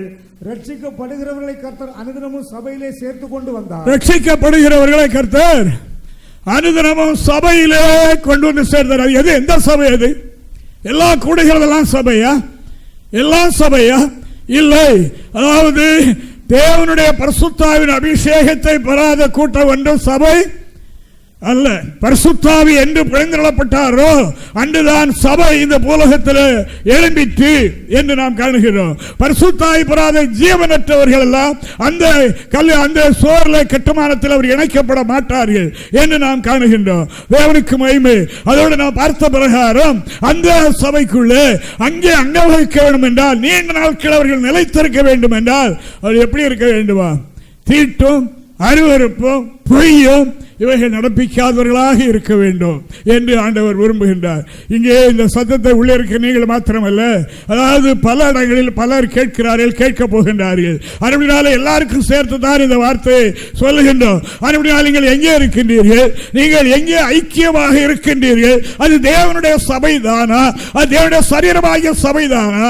அது ஆண்டவர் கட்டி எழுப்பிய ஸ்தாபனமா என்கிறதை நீங்கள் கவனித்து பாருங்கள். ஹல்லேலூயா. அதாவது கட்டடத்தை பார்க்காதீர்கள், கூடி வருகிற மக்களுடைய கூட்டத்தை பார்க்காதீர்கள், கூடி வருகிற மக்களுடைய ஸ்டேஜி அவர்கள் பட்டதாரிகளா, பணக்காரர்களா, படித்தவர்களா என்று பார்க்காதீர்கள். நீங்கள் எதை பார்க்க வேண்டும் என்றால் இது தேவனால் உருவாக்கப்பட்ட சபைதானா? ஹல்லேலூயா. அந்த வீட்டிற்கு தூணியது சத்தியம். ஹல்லேலூயா. அந்த வீடு தேவனுடைய நகரமாய் சபையாய் சத்தியத்துக்கு தூணும் ஆதாரமாயிருக்கிறது. ஹல்லேலூயா. அந்த தூணின் மேல் தான் அந்த பில்டிங் நிற்க வேண்டும். அந்த தூண் இல்லாத பில்டிங் என்னைக்காவது நாளைக்கு விழுந்து விடும். அதுதான் கர்த்தராகிய இயேசு கிறிஸ்து சொன்னார், புத்தி உள்ளவர்கள் புத்தி இல்லாதவர்கள் என்று 2 வகுப்பாக மனிதர்களை பிரித்தார். புத்தி உள்ள ஆராதனை, புத்தி இல்லாத ஆராதனை என்று 2 வகையாக ஆண்டவர் பிரித்தார். ஆராதனையில் புத்தி உள்ள ஆராதனை, புத்தி இல்லாத ஆராதனையும் நடக்கிறது. புத்தி உள்ள கன்னிகள், புத்தி இல்லாத கன்னிகள் என்று வேதம் வகுக்கிறது என்று நாம் காணுகிறோம். ஆனபடினால் அருமையான தேவனுடைய பிள்ளைகளே, ஆனபடினால இந்த வீடு, இந்த தேவனுடைய சபை சத்தியத்துக்கு தூண் ஆதாரமாக இருக்கிறபடினால் இந்த சத்தியமே அதற்கு தூணாக இருக்க வேண்டும். இந்த பில்டிங் அதற்கு மேலே நிற்க வேண்டும். அது ஒருபோதும் விழுந்து போகாது. ஹல்லேலூயா. நான் சொல்லிய வார்த்தையின்படி செய்கிறவன் யாருக்கு ஒப்பா இருக்கிறான் என்றால், கற்பாரின் மேலே ஆழமாய் தோண்டி அஸ்திபாரம் போட்டு வீடு கட்டின புத்தி உள்ள மனிதனுக்கு ஒப்பாயிருக்கிறான். எவ்வளவு பெரிய காற்று, எவ்வளவு பெரிய வெள்ளம், எவ்வளவு பெரிய சோதனை அது மேல் மோதினாலும் விழுந்து போகாது. ஹல்லேலூயா. ஹல்லேலூயா. இப்படி நினைக்கலாம். சிலர் நம்ம எண்ணலாம், பிரிந்து போனவர்கள், விழுந்து போனவர்கள் என்று சொல்லலாம். அல்ல புதிய எருசலேம் சபை உடைந்து விட்டது என்று சொல்லலாம். இல்லவே இல்லை, இல்லவே இல்லை. ஹல்லேலூயா. சபை சபையாக நிலைத்திருக்கின்றது. ஆண்டவர் இன்று காலையில் நான் ஜெபம் பண்ணிவிட்டு ஆராதனைக்கு வருவதற்கு கொஞ்ச நேரத்துக்கு முன்னால் ஜெபம் பண்ணி கொண்டிருக்கின்ற நேரத்தில் என்னோட கூட பேசிய காரியம், காண்பித்த காரியம், அணிவகுத்து சேனைகள் நிற்கின்றது. அந்த சேனைகளுக்கெல்லாம் தலையில் ஒரு கேப் கொடுத்திருக்கின்றது. எல்லாம் ஒரே யூனிஃபார்ம் அணிந்து நிற்கிறதை நான் கண்டேன். ஆண்டவராய் தேவன் சொன்னார், கொஞ்சம் வெயிட் பண்ணுங்கள், இன்னும் பலர் வந்து இதோடு சேர வேண்டியது இருக்கிறது என்று சொன்னார். அப்படி அந்த சேனை அணிவகுத்து கம்பீரமாக நிற்கிறதை நான் கண்டேன். அப்பொழுது நெகேமியாவினுடைய சம்பவத்தை தான் கர்த்தர் எனக்கு சொன்னார். நெகேமியா உடைந்து போன எருசலேம் அலங்கத்தை கட்டுவதற்காக ராஜாவினுடைய அனுமதி பெற்று வந்தார். அந்த அலங்கத்தை அவர் கட்டி கொண்டிருக்கின்ற நேரத்தில் அலங்கத்தை கட்டவிடாதபடி தடுப்பதற்காக சம்பல்லா தோபியா என்ற பல துஷ்ட மனிதர்கள் எழும்பிவிட்டார்கள். எழும்பி ராஜாவை தூண்டிவிட்டு அரசாங்கத்தின் மூலமாக தடுக்க பார்த்தார்கள். எருசலேம் கட்டுமானத்தை நிறுத்த வேண்டும் என்பதற்காக ராஜாவை இடத்துல போய் கம்ப்ளைண்ட் பண்ணினார்கள். ராஜாவே, ஒரு தனி ஒரு ராட்சியத்தை உருவாக்க இவர்கள் திட்டமிடுகின்றார்கள். அப்படினால உமக்கு வரக்கூடிய வரி நின்று போய்விடும், நாட்டுக்கு சேதம் உண்டாகும் என்றெல்லாம் பார்த்தார்கள். முடியவில்லை. அப்புறமா என்ன சொன்னார்கள்? அதாவது என்ன சொன்னார்கள்? அதற்கு பரிகாசம் பண்ணினார்கள். ஒரு நரி ஏறி போனால் விழுந்து விடும், கட்டட்டும் என்று சொன்னார்கள். அதுக்கு முடியவில்லை, வேலை நடந்து கொண்டே இருக்கின்றது. அதுக்கப்புறம் சொன்னார்கள், அதாவது இப்படியெல்லாம் நமக்கு ஆபத்து இருக்கிற, சமாதானமா போயிருவோம், எல்லாரும் சேர்ந்து கட்டுவோம் என்று சொல்லி அப்படி பேசி பார்த்தார்கள். நான் பெரிய வேலையில் ஈடுபட்டிருக்கிறேன். ஹல்லேலூயா. அதனால நான் வரமாட்டேன், வரக்கூடாது. என்ன செய்துவிட்டார் என்றால், வேலை செய்வர்களுக்கு ஒரு கையில் கரண்டியும் ஒரு கையில் ஆயுதம் கொடுத்து வைத்திருந்தார். ஹல்லேலூயா. ஒரு கையில் ஆயுதம், ஒரு கையில் அவருடைய ஒரே நோக்கம் எருசலேமை கட்டி முழுமைப்படுத்த வேண்டும். ஹல்லேலூயா. எருசலேம் அலங்கத்தை தரப்பு கண்ட இடங்களெல்லாம் அடைத்து அங்கே எருசலேம் அலங்கத்தை முழுமைப்படுத்தி அங்கே தேவனுக்கு ஆராதனை செய்ய வேண்டும், லேவியர்கள் ஆசாரியர்கள் நியமிக்கப்பட வேண்டும் என்ற வைராக்கியத்தோடு அந்த வேலையை அவர் செய்தார். ஹல்லேலூயா. ஹல்லேலூயா. கட்டி முடித்தார். கட்டி முடித்து ஆராதனையும் செய்யப்பட்டது. ஹல்லேலூயா. இன்று நம்முடைய காதுக்கு பல செய்திகளை நாம் கேள்விப்படுவதற்கு காரணம் அதுதான். ஹல்லேலூயா. பல செய்திகளை நாம் கேள்விப்படுகிறோம். சமாதானமாய் போய்விடுவோம். வாருங்கள், நாம் எப்பொழுதும் சமாதானமாகத்தான் இருக்கிறோம். ஹல்லேலூயா. நம்முடைய சமாதானம் குன்றி போகவே இல்லை. சமாதானமாய் போய்விடுவோம். வாருங்கள், 4 பேர் அங்கே 10 பேர் இங்கே 10 பேர் கூடி பேசுவோம். வாருங்கள். இதனால் எருசலேம் அலங்கம் வளர்ந்து கொண்டிருக்கிறது. ஹல்லேலூயா. திறப்பெல்லாம் அடைபட்டுக் கொண்டிருக்கின்றது. கர்த்தர் கூட இருக்கிறார். பெரிய காரியங்கள் நடக்கின்றது. அடைபட்ட ஆலயங்கள் எல்லாம் திறக்கிறது. ஹல்லேலூயா. ஹல்லேலூயா. மலையடிப்பட்டில் அப்படி ஒரு ஆலயத்தை தடுத்து வைத்திருந்தார்கள். போன வாரத்துக்கு முந்தின வாரம் அது திறக்கப்பட்டது. ஹல்லேலூயா. ஆராதனை செய்யப்பட்டது. ஸ்ரீலங்காவில் கிளிநொச்சியில் ஆலயத்தை ஒரு வருடமாய் பூட்டி போட்டு கரையான் பிடித்து போனது. இந்த கடந்த மாதத்திலே திறக்கப்பட்டது. ஹல்லேலூயா. எல்லா இடங்களிலேயும் கர்த்தருடைய வழி திறக்கிறது. ஹல்லேலூயா. ஹல்லேலூயா. ஆனபடியினால நமக்குள்ளே சமாதானம் என்பது என்ன? சமாதானம் என்பது என்ன? இப்பொழுது நான் உங்களுக்கு ஓப்பனாய் சொல்லுகிறேன். ஆண்டவராய் தேவன் மணிகளை சேர்க்கும் காலம் இதுவாக இருக்கின்றது. ஹல்லேலூயா. ரட்சிக்கப்படுகிறவர்களை கர்த்தர் எங்கே சேர்ப்பார்? சபையிலே சேர்ப்பார். சபையிலே சேர்ப்பார். ஹல்லேலூயா. ரட்சிக்கப்படுகிறவர்களை, பட்டவர்களை அல்ல, ரட்சிக்கப்படுகிறவர்களை. உலகம் முழுவதும் ரட்சிப்புக்கு நியமிக்கப்பட்டவர்கள் இருக்கின்றார்கள். அருமையானவர்களே, இந்த எருசலேமை கட்டி தீர்வதற்கு, கட்டி முடிப்பதற்கு, முழுமைப்படுத்துவதற்கு இராணுவங்கள் அணிவகுத்தில் இருக்கிறதை இன்று காலையில் நான் கண்டேன். ஹல்லேலூயா. அணிவகுத்தில் இருக்கின்றார்கள். அணிவகுத்தில் கம்பீரமாய் நிற்கின்றார்கள். நெகேமியாவை போன்ற ஆயிரமான வீரர்களை கர்த்தர் எழுப்பிக் கொண்டிருக்கின்றார். ஹல்லேலூயா. ஹல்லேலூயா. உயிருக்கு அஞ்சாதவர்கள், இந்த உலக நேசத்தை விரும்பாதவர்கள், உலக பிழைப்புக்காக சேவை செய்யாதவர்கள், கிறிஸ்துவுக்காக சேவை செய்ய முற்படுகிற அநேகரை கர்த்தர் கொண்டு வருகின்றார். ஹல்லேலூயா. அணிவகுத்தில் நிற்கின்றார்கள். ஹல்லேலூயா. இன்று அநேக காரியங்கள் என்னோடு கூட கர்த்தர் பேசினார். அது நான் உங்களுக்கு இப்பொழுது சொல்லவில்லை. தேவனுக்கு மகிமை. கர்த்தர் அவைகளை செய்து முடிப்பார். நான் இந்த காரியங்களுக்காக ஜெபம் பண்ணும்போது கர்த்தர் அதை சொல்லி இருக்கின்றார். அதை கர்த்தர் நிறைவேற்ற வல்லவராக இருக்கிறார். ஹல்லேலூயா. ஹல்லேலூயா. கர்த்தருடைய வல்லமை இன்று, அதாவது பெரிய பெரிய கூட்டங்களில் டச் என்று சொல்ல எல்லாரும் 10 விளையாடுறார்களாம். இப்படி ஊதின உடனே கீழே விழுகிறார்களாம். இப்படி கேசட்டில் பதிவு பண்ணி கேசட்டை கொடுத்த உடனே கீழே வந்து உருளுகிறார்களாம். இது என்ன கர்த்தருடைய வல்லமை, என்ன கர்த்தருடைய வல்லமை! தேவனுக்கு மகிமை உண்டாவதாக. ஒரே ஒரு இடத்துல வேத்தில் இருக்கிறது, சுவாமியை பிடிக்க வந்தார்கள். அப்படி கர்த்தர் யாரை தேடுகிறீர்கள் என்று கேட்டார். யாரை தேடுகிறீர்கள் என்று உடனே எல்லாம் பத்து நிற்க வந்தார்கள். இந்த ஒரு இடம் தான் இருக்கிறது, அது தேவனுடைய வல்லமை. தேவனை பிடிக்க வந்தார்கள், தேவ துரோகம் செய்ய வந்தார்கள். அவர்களை கர்த்தர் நம்முடைய வல்லமையினாலே சந்தித்தார். நல்லா இருக்கிற மனுஷனை கீழே போட்டு உருள வைத்தால் என்ன பிரயோஜனம்? அப்படிப்பட்ட ஊழியங்கள் இன்று நடக்கிறது. ஆனால் கடைசி காலத்தில் ஒரு வேலை இருக்கிறது அருமையானவர்களே. அல்லேலூயா, அல்லேலூயா. நாங்கள் ஆத்துமாக்கள் இல்லாமல் 5 வருடமாக ஜெபம் பண்ணி கொண்டே இருந்தோம். ஒரு நாள் நான் ஒரு வீட்டுக்குள்ளே, ஒரு பழைய வீட்டில் நாங்கள் அப்படி குடியிருந்தோம். ஜெபம் பண்ணி கொண்டிருக்கும் போது என்னுடைய கண்ணெதிராக ஒரு வீடு தெரிகின்றது. அந்த வீட்டுக்குள்ளே என்னை போக முடியாத சொல்கிறார். போன உடனே பின்னால் உள்ள கதவை திறந்து பார் என்று சொல்கிறார். திறந்து பார்க்கும்போது லட்சக்கணக்கான பேர் என்னை அட்டாக் பண்ண வருகின்றார்கள். லட்சக்கணக்கான பேர் இருக்கும். அப்படி எறும்பு கூட்டம் மாதிரி வருகிறது. ஆண்டவர் சொன்னார், இந்த விரலை நீட்டி இப்படி சொல் அப்படின்றார். ஏதோ எங்களுடைய ஊரில் இந்த காற்று காலத்தில் வாழை மரங்கள்லாம் ஒன்றுக்கு மேலே ஒன்று ஒடுங்கி கிடக்கும். அந்த மாதிரி கிடக்கிறத நான் பார்த்தேன். அல்லேலூயா. திருப்பி இப்படி சொல்ல என்றார். எல்லாம் எழுப்பி வந்த வழியே போனதை பார்த்தேன். ஒரு பயங்கரமான நெருக்கடியான காலம் வரப்போகிறது. அல்லேலூயா. அந்த காலத்திலே கிறிஸ்துவனுடைய அபரிதமான வல்லமை வெளிப்படும் அருமையானவர்களே. அல்லேலூயா, அல்லேலூயா. நெகேமியாவை போன்ற ஆவியுடையவர்கள், எழுப்பவருடையவர்கள் அநேகர் எழும்பிக் கொண்டிருக்கிறார்கள். எதற்காக?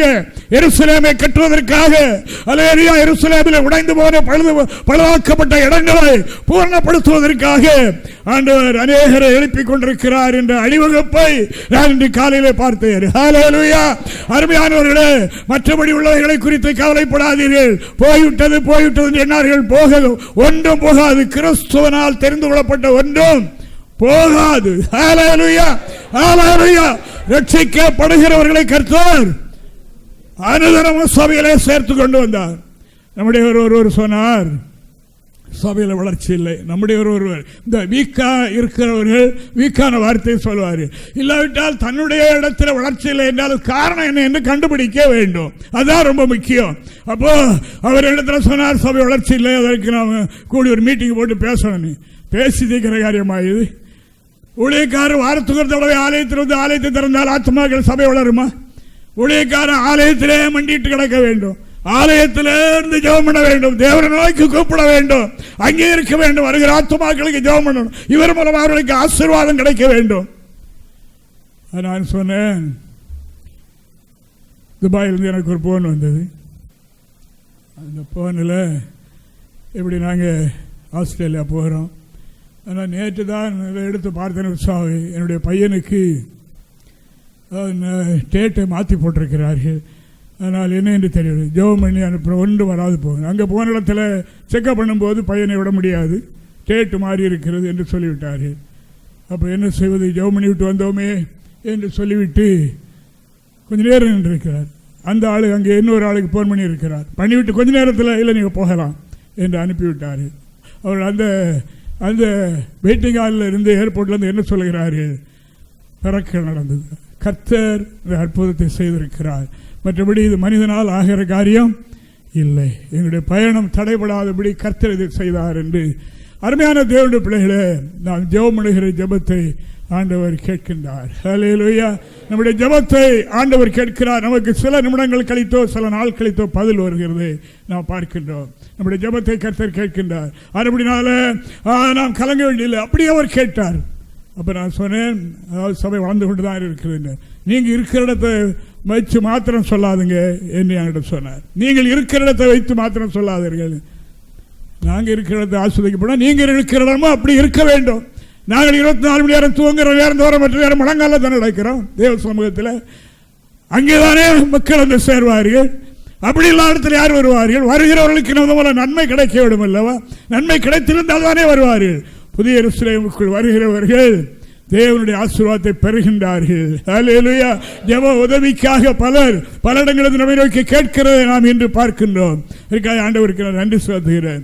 ஒரு நாள் என்னுடைய ஜெப வேளையில், அதாவது என்னுடைய 2 கையில், ஒரு கையில் இந்த கருப்பட்டி பால், சீனி பால், அதை நிறைய அதுக்குள்ள ஒரு பானைக்குள்ள முக்கிய வைத்த மாதிரி எனக்கு தெரிகிறது. இப்போ ஒரு கை சும்மா இருக்கிறது. இந்த சீனி பாலில் முக்கின கையில் கீழே இருந்து மேலே வரைக்கும் முழுவதும் ஈக்களாக அடைந்து இருக்கிறது. அப்பொழுது அந்த ஈயை விரட்டி விரட்டி விரட்டி பார்க்குறது பழையபடி அங்கே தான் ஒட்டுகிறது. இதெல்லாம் அதுக்கு இனிப்பு அங்கே இருக்கிறபடினால அது போக மாட்டேன் என்கிறது. அப்படி அந்த ஒட்டினது நிறைந்து இருக்கு. இந்த கையில் ஒன்றும் இல்லை. தேவனுடைய சரீரமாகிய சபைக்குள்ளேயும் சிலர் ஆசீர்வதிக்கப்படுகிறார்கள், சில ஊழியம் ஆசீர்வதிக்கப்படுகிறது, சிலர் டவுனாகவே இருக்கிறது, ஒன்றும் வளர்ச்சி இல்லாமல் இருக்கிறதை காணுகிறோம். அருமையானவர்களை நம்மில் ஒட்ட வேண்டும் என்றால் அவர்களுக்கு தேவையானது நம்மில் இருக்க வேண்டும். அல்லேலூயா.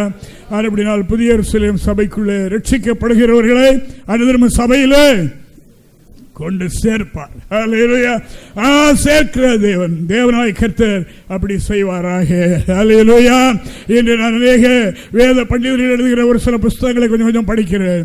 அதில் என்ன எழுதியிருக்கு தெரியுமா?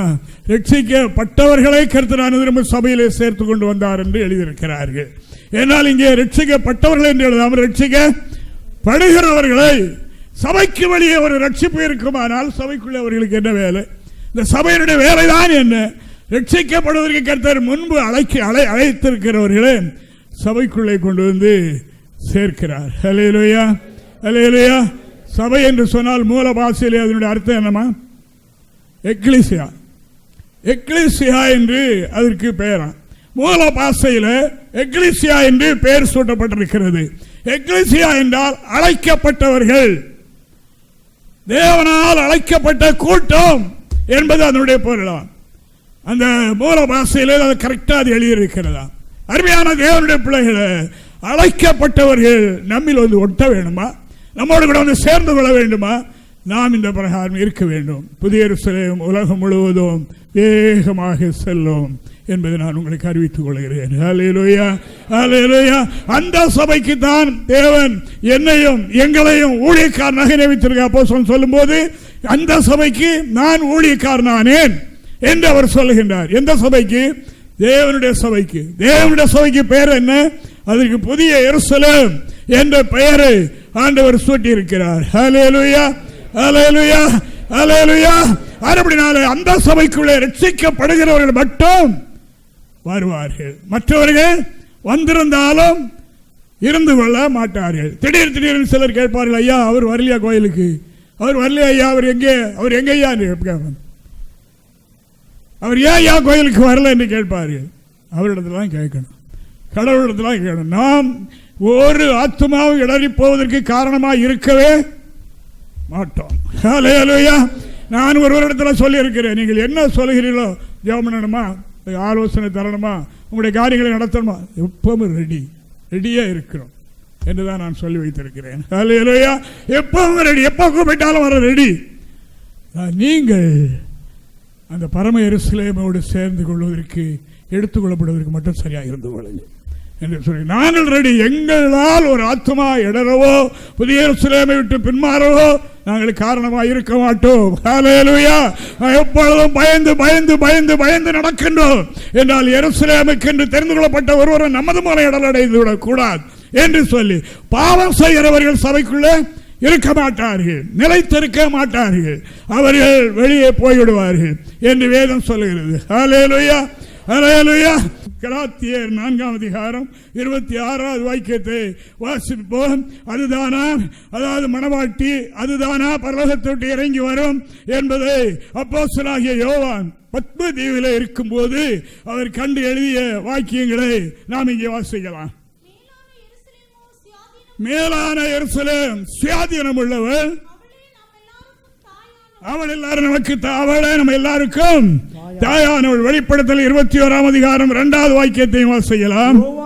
நான் புதிய எருசலேம் ஆகிய பரிசுத்த நகரத்தை தேவனிடத்திலிருந்து பரலோகத்தை விட்டு இறங்கி வர கண்டேன். அது தன் புருஷனுக்காக அலங்கரிக்கப்பட்ட மணவாட்டியை போல ஆயத்தமாக்கப்பட்டிருந்தது. பரலோகத்தை விட்டு இறங்கி வந்த சபைக்கு பேர் என்ன?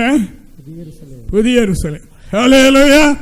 அது அங்கிருந்து இறங்கி வந்தது. அப்ப அங்கிருந்தானே இறங்கி வருகிறது என்று சொல்வார்கள். இங்கே இருந்தது போகும்.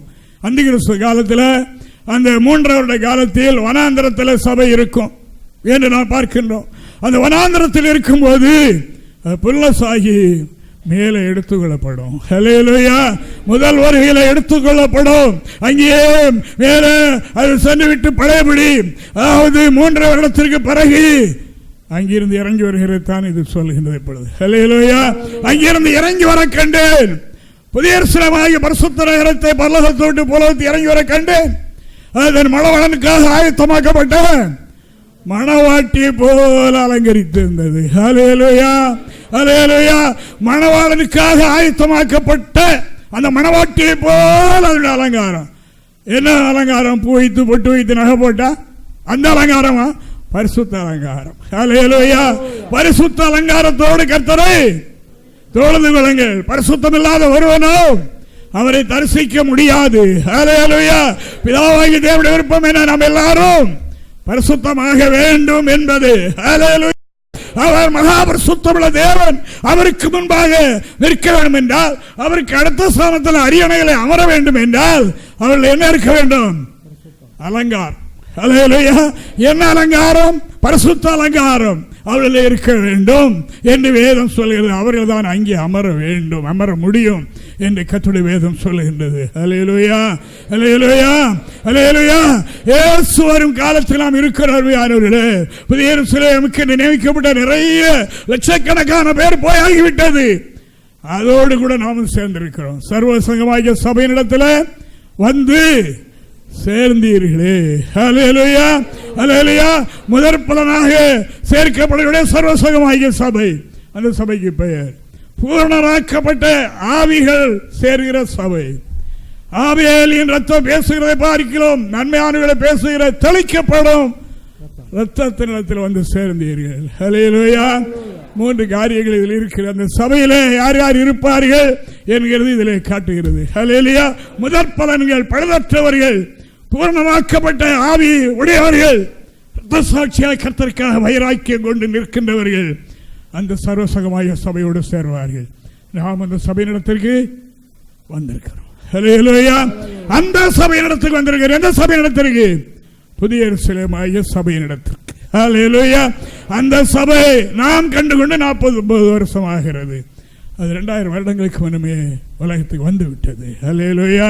பரிசுத்த ஆவியானவர் என்றைக்கு இறங்கினாரோ அன்றைக்கு 120 பேர் மத்தியிலே பேதுருவை முதன்மையாக தெரிந்து கொண்டு, முதற்கல்லாக தெரிந்து கொண்டு, முதற் விசுவாசியாக தெரிந்து கொண்டு ஆண்டவராகிய அந்த சபையை எழுப்பினார். அந்த சபை இப்பொழுது உலகத்திலே பல பகுதிகளிலும் போய்கொண்டே இருக்கிறது. உலகம் முழுவதும் அது செல்லும். நாமும் அதில் அங்கமாக சேர்க்கப்பட்டிருக்கிறோம். ஹல்லேலூயா. நாம் அதை பற்றி கொள்ள வேண்டும். அதை நாம் விட்டுவிடக்கூடாது. அதை விட்டுவிட முடியாத உதறல்கள் சாத்தானால் ஏற்படும். இதை உறுதியாக நாம் பற்றி கொள்ள வேண்டும் என்று வேதம் சொல்லுகிறது. அருமையானவர்களே, நான் என்னுடைய ஆவிக்குரிய கண்ணால் இன்று காலையில் அதிகமாக நான் தியானித்து கண்டேன். காணும்போது தான் இந்த இராணுவ மாதிரி அனுபவத்தில் இருக்கிறதை கண்டேன். இந்த எருசலேமை கட்டி எழுப்பி உலகம் முழுவதும் கட்டி எழுப்புவதற்கு அதற்கான வேலைக்காக இவர்கள் ஆயத்தமாகி நிற்கிறார்கள். அப்படிப்பட்ட ஆவிகள் ஒரே மனதில் அவைகள் அணிவகத்தில் இருக்கிறது. வெயிட் பண்ணுங்கள், இன்னும் சிலர் வந்து இதோடு சேர வேண்டும் என்று சொல்வதை நான் கேட்டேன். ஹல்லேலூயா. இதற்கு நியமிக்கப்பட்டவர்கள் இருக்கின்றார்கள். அவர்களை இதோடு வந்து இணைந்து கொள்வார்கள். இந்த வேலை உலகம் முழுவதும் தீவிரமாக நடக்கும் என்று கர்த்தர் சொல்லி இருக்கிறார். ஹல்லேலூயா, ஹல்லேலூயா, ஹல்லேலூயா, ஹல்லேலூயா. இதை விசுவாசிப்பது நமக்கு அரிதாக இருக்கும். ஆனால் காலம் வரும்போது அதை விசுவாசிக்கக்கூடியவர்கள் விசுவாசிப்பார்கள். நான் ஏற்கனவே சொன்னேன், நாங்கள் 2 பேர் இந்த தமிழகத்தில் புதிய எருசலேமாக தேவனை ஆராதித்து ஊழியம் செய்து கொண்டிருந்த காலத்தில் கர்த்தர் சொன்னார், நாங்கள் ஆராதித்துக் கொண்டிருக்கிற இடத்தை வாங்கி தருவேன் என்று சொன்னார், என்று ஆண்டவர் சொன்னார். அது எப்படி நம்ப முடியும்? எங்களுக்கு 10 காசு கிடையாது, பல நாள் பட்னி அல்லவா இருக்கின்றோம். இப்படி இருக்கிற நேரத்தில் ஒரு நாள் எங்களுக்கு காக்கா காலை ஆகாரம் கொண்டு தந்தது, வடை கொண்டு தந்தது. வேளெல்லாம் இப்படிப்பட்ட ஒரு காலத்தில் அது ஒரு முருகன் கோயில் பக்கத்தில் இருக்கிறது. இதெல்லாம் வாங்கி தர முடியுமா? ஆராதிக்க முடியுமா? அப்போ எங்களோடு ஒரு சர்வேர் அவர் கூட சேர்ந்து, அவர் மனைவிக்கு மரண கட்டிலிருந்து விடுதலையானது எங்கள் ஜெபத்தின் மூலம். அதனால் அவர் நம்மோடு கூட இருந்தார். அவர் எண்ணிக்கொண்டே இருந்திருக்கிறார். பல நாள் ஆகாரம் இல்லை, 10 காசுக்கு வழி இல்லை, உடுத்த துணியோட வேற துணி இல்லை. இப்படி இருக்கிற இவர்கள் இப்படியெல்லாம் என்னவோ சொல்லி கனவு கண்டு கொண்டிருக்கிறார்களே என்று சொன்னார். கேரித்து ஆசிரமத்துக்கு ஒரு நாள் வந்தார். அங்கேயும் நாங்கள் ஜெபம் பண்ணும்போது ஒருவர் பேச, ஒருவர் எழுத, இது எங்கள் ஊழியம். அப்படி இருக்கின்ற நேரத்தில் நான் ஒரு ஆள் இடத்துல கர்த்தருடைய செய்தி வரும், ஒரு ஆள் அது பேனை வைத்து எழுதுகிறது, அப்போ மேப்பும் போர்டு வைக்கிறது, இன்னும் இடத்துக்கு போடுங்கும் போது அது எந்தெந்த இடங்கிறது அதில் மேப் அந்த நேரத்தில் பெரிய விஷயங்களில் தெரியும், மேப் போட்டு வைத்து. இப்படி இருக்கும்போது அதை நினைத்திருக்கிறார். இந்த கேரியத்துக்கு 25 பைசா பஸ் டிக்கெட்டு, இதுக்கு வழி இல்லாமல் நடந்து வருகிற இவர்கள் இந்த 35 ஏக்கர் உள்ள இடத்தை வாங்க போகிறார்களா என்று எண்ணியிருக்கிறார். இப்படி பல காரியங்கள். வெளிநாடுகளுக்கெல்லாம் உங்களை அனுப்புவேன், ஐயோ இப்படி டவுன் பஸ்ஸில் போக இல்லையே, இவர்களால் வெளிநாட்டுக்கு போக போகிறார்கள் என்றெல்லாம் எண்ணினேன் என்று ஒரு நாள் சொன்னார். அவர் எங்களிடத்திலிருந்து விடை பெற்று போகிறதுக்காக வந்தார். என்னால் லஞ்சம் வாங்கக்கூடாதுன்னு நாங்கள் சொல்லியிருந்தோம். தினமும் காணிக்கொண்டு எங்களுக்கு அப்போ காசு என்றால் உயிர் தான், ஆனால் காசை நம்ம அநியாக காசை வாங்க மாட்டோமே. அப்போ என்ன காசு இது, இப்போ உங்களுக்கு மாதம் ஒருக்காதான சம்பளம் இல்லை, இப்படி இந்த கிஃப்ட் மாதிரி கொடுக்குறாங்க, இல்லை அந்த கிஃப்ட்டு பேர் தான் லஞ்சம், அதனால் அது நீங்கள் வாங்கக்கூடாது, உங்களுக்கு சம்பளம் தான் உரிமை என்று சொன்னதுனால அவர் ஒன்றுக்கும் வழி இல்லாமல் நான் போகிறேன் என்று சொல்லிவிட்டு வழி அனுப்பிவிட்டு போய்விட்டார். வழி அனுப்பி வந்தார், என்னென்ன நான் சபையை விட்டு போகிறேன், நீங்கள் இப்போ சொன்னீங்களா இதெல்லாம் நடந்த பிறகு பார்ப்போம் என்று சொல்லிவிட்டு போனார். 15-20 வருஷத்துக்கு பிறகு ஒரு நாள் எங்களை சங்கரன் கோயிலில் வச்சு சந்தித்தேன். நாங்கள் ரோட்டில் போய்கொண்டிருக்க இரவில் இன்னொரு பிராந்திக்கு போனோம். இப்போ நாள் வந்து ஒரு உருவம் எங்களை பிடித்து, ஐயா என்ன யார் 20 வருஷமாக பார்க்க முடியல ஐயா, எங்களையாவது உங்களை பார்த்துலான்னு நினச்சேன். பத்திரிகையில் நான் படிக்கிறேன், நீங்கள் மலேசியாவில் இருக்கிறீர்கள், இப்போ நாங்கள் இருக்கிறீர்கள், சிங்கப்பூரில் இருக்கிறீர்கள், அங்கே இருக்குது இங்கே இருக்குது, கேரித்து வாங்கி ஆகிவிட்டது, வள்ளியூர் ஆலயம் சொந்தமாகிட்டு, இதெல்லாம் நடந்து என்னால் ஒன்றும் சொல்ல முடியவில்லை, கருத்து சொன்னதெல்லாம் நடந்துட்டு என்று சொன்னார். நடக்கும், இன்னும் நடக்கும், நடக்கப் போகிறது என்று சொன்னார். 20 மணி நேரம் வந்து பேசிக்கொண்டிருந்தார். பேசிக்கொண்டு பல காரியங்களை பேசினார். இது இருக்கட்டும், தேவனுக்கு மகிமை. அருமையான தேவனுடைய பிள்ளைகளை கர்த்தராகிய தேவன் சொல்லி இருக்கின்றார், உலகம் முழுவதும் சபை ஸ்தாபிக்கப்படும். அல்லேலூயா, அல்லேலூயா. இதை கட்டுவதற்கு உலகம் முழுவதும் அதற்கான வல்லவர்களை கர்த்தர் வைத்திருக்கின்றார். அல்லேலூயா.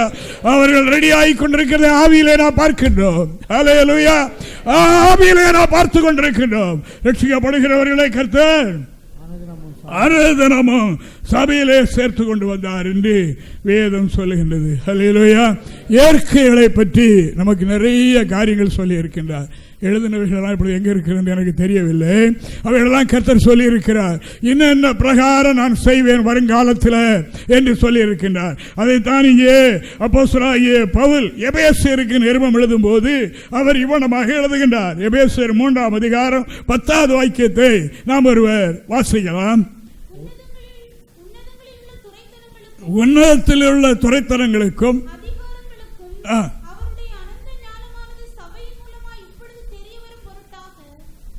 உன்னதத்துள்ள துறைத்தனங்களுக்கு அதிகாரங்களுக்கும் மறைந்து போன அனந்த ஞானம். உன்னதத்துள்ள துறைத்தனங்களுக்கு அதிகாரங்களுக்கும் மறைந்து போன அனந்த ஞானம் கடைசி காலத்தில் சபையின் மூலம் வெளிவரும்.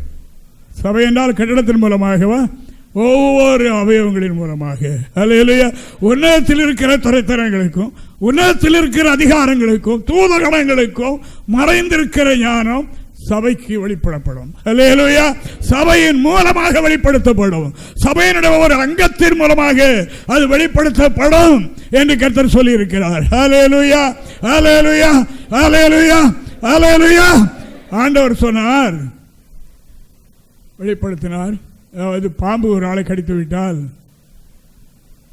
அவர்களுக்கு அருகம்பல்லை கொண்டு வந்து உடனே பறித்து கொண்டு வந்து உடனே கறந்த பசும்பாலில் அரைத்து நல்ல மிளகையும் வெத்தலையும் சேர்த்து அரைத்து கடித்த இடத்திலையும் தலையிலையும் வைத்து விடுங்கள், உடனே அது நீங்கிவிடும் என்று சொன்னார். நாங்கள் அதை பரீட்சித்து பார்க்க முடியவில்லை. ஒரு நாள் நம்முடைய ஊழியக்காரர் வள்ளியூர் ஆலயத்தில் வந்து ஆராதனையில் கலந்துவிட்டு மகிழ்ச்சிபுரத்துக்கு சென்று கொண்டிருந்தார்கள். சென்று கொண்டிருக்கும்போது அது எனக்கு என்னுடைய சகோதரி தான் ஊழியக்காரர். நான் இப்போ ஓப்பனாக சொல்கிறேன், காப்பி கார்டு பாஸில். அப்போ அவர்கள் போகும்போது வழியில் போகும்போது சகோதரியை வந்து பாம்பு கடித்து விட்டது. அங்கேருந்து தூக்கி கொண்டு தோளில் போட்டு கொண்டு வள்ளியூர் ஆலயத்துக்கு கொண்டு வந்தார். ஒரு புதன்கிழமை ராத்திரி கொண்டு கிடத்தி போட்டு ஒன்றுமில்லை, டெத் பாடி மாதிரி கிடந்தது. உடனே நம்ம ஆட்களுக்கு இந்த காரியங்கள் தெரியும். அப்போ கூட இருந்த பழைய விசுவாசிகளுக்கெல்லாம் இந்த சம்பவம் தெரியும். உடனே ஒரு பிள்ளை அழைத்துட்டு வந்தார், ஒரு திரையை வாங்கிட்டு வந்தார், ஒரு நல்ல மிளகு கொண்டு வந்தார், பால் வீட்டிலே உடனே கறந்து கொண்டு வந்தார். அதை அரைத்து வைத்தோம். சில நிமிடங்களில் சரியாகிவிட்டது. ஹல்லேலூயா. உயிரடைந்தது, எழுந்தது. இங்கே தான் இருக்கிறார்கள் அவர்கள். அப்படினால தான் சொல்லுகிறேன். ஹல்லேலூயா.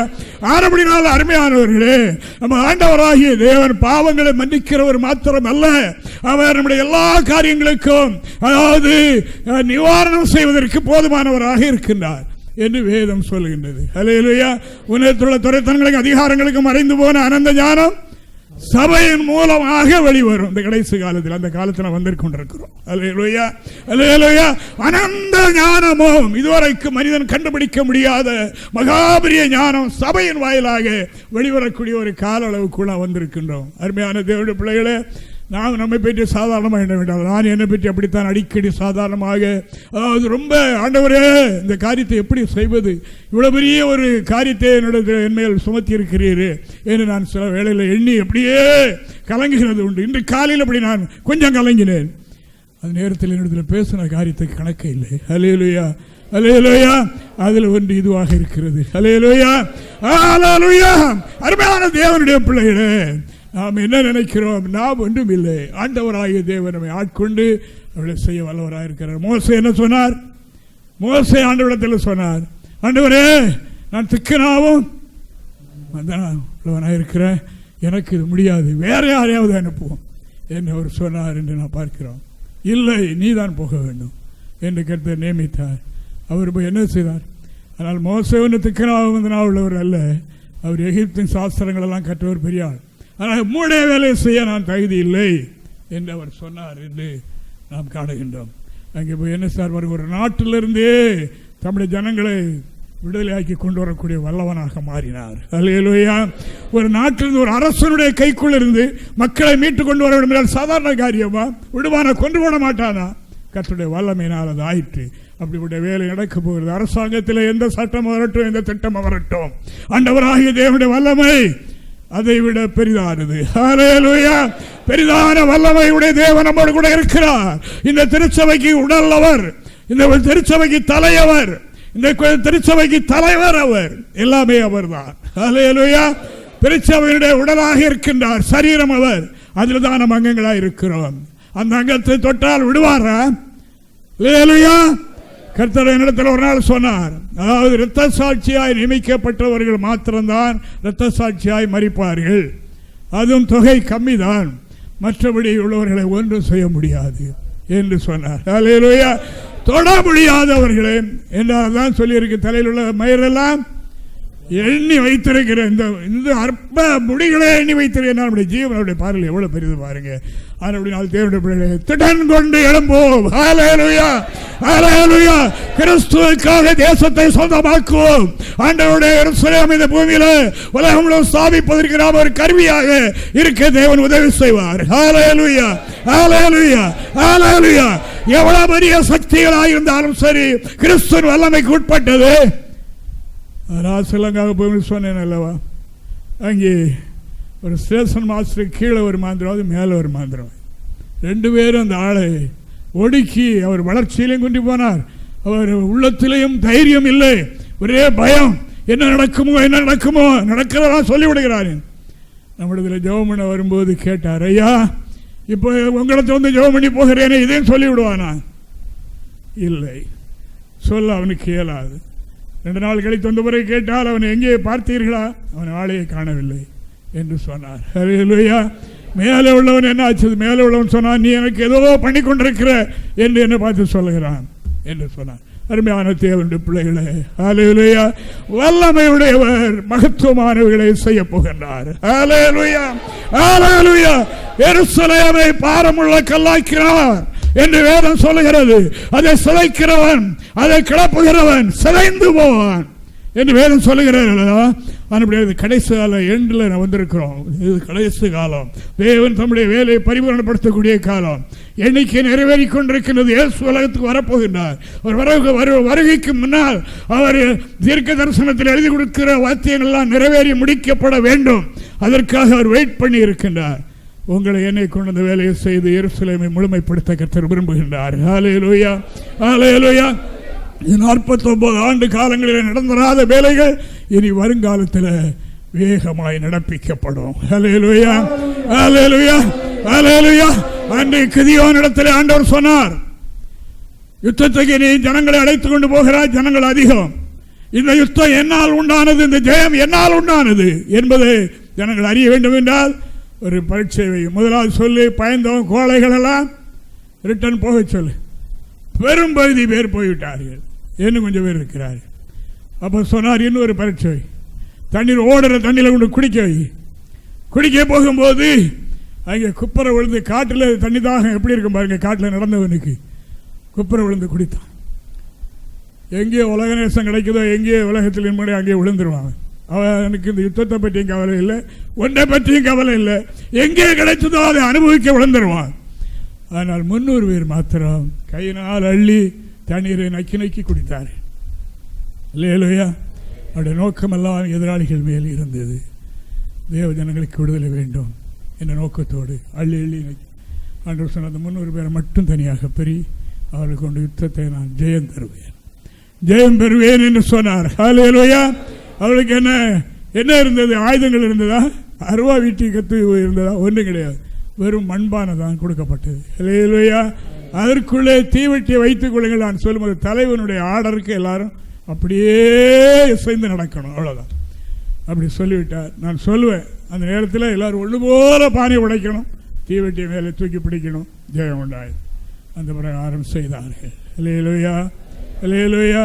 தூக்கி பிடித்தார்கள். எதிராளிக்கு தெரிந்தது, இரத்த வெள்ளமாக ஓடுகிறது போல் அவனுக்கு தெரிந்தது.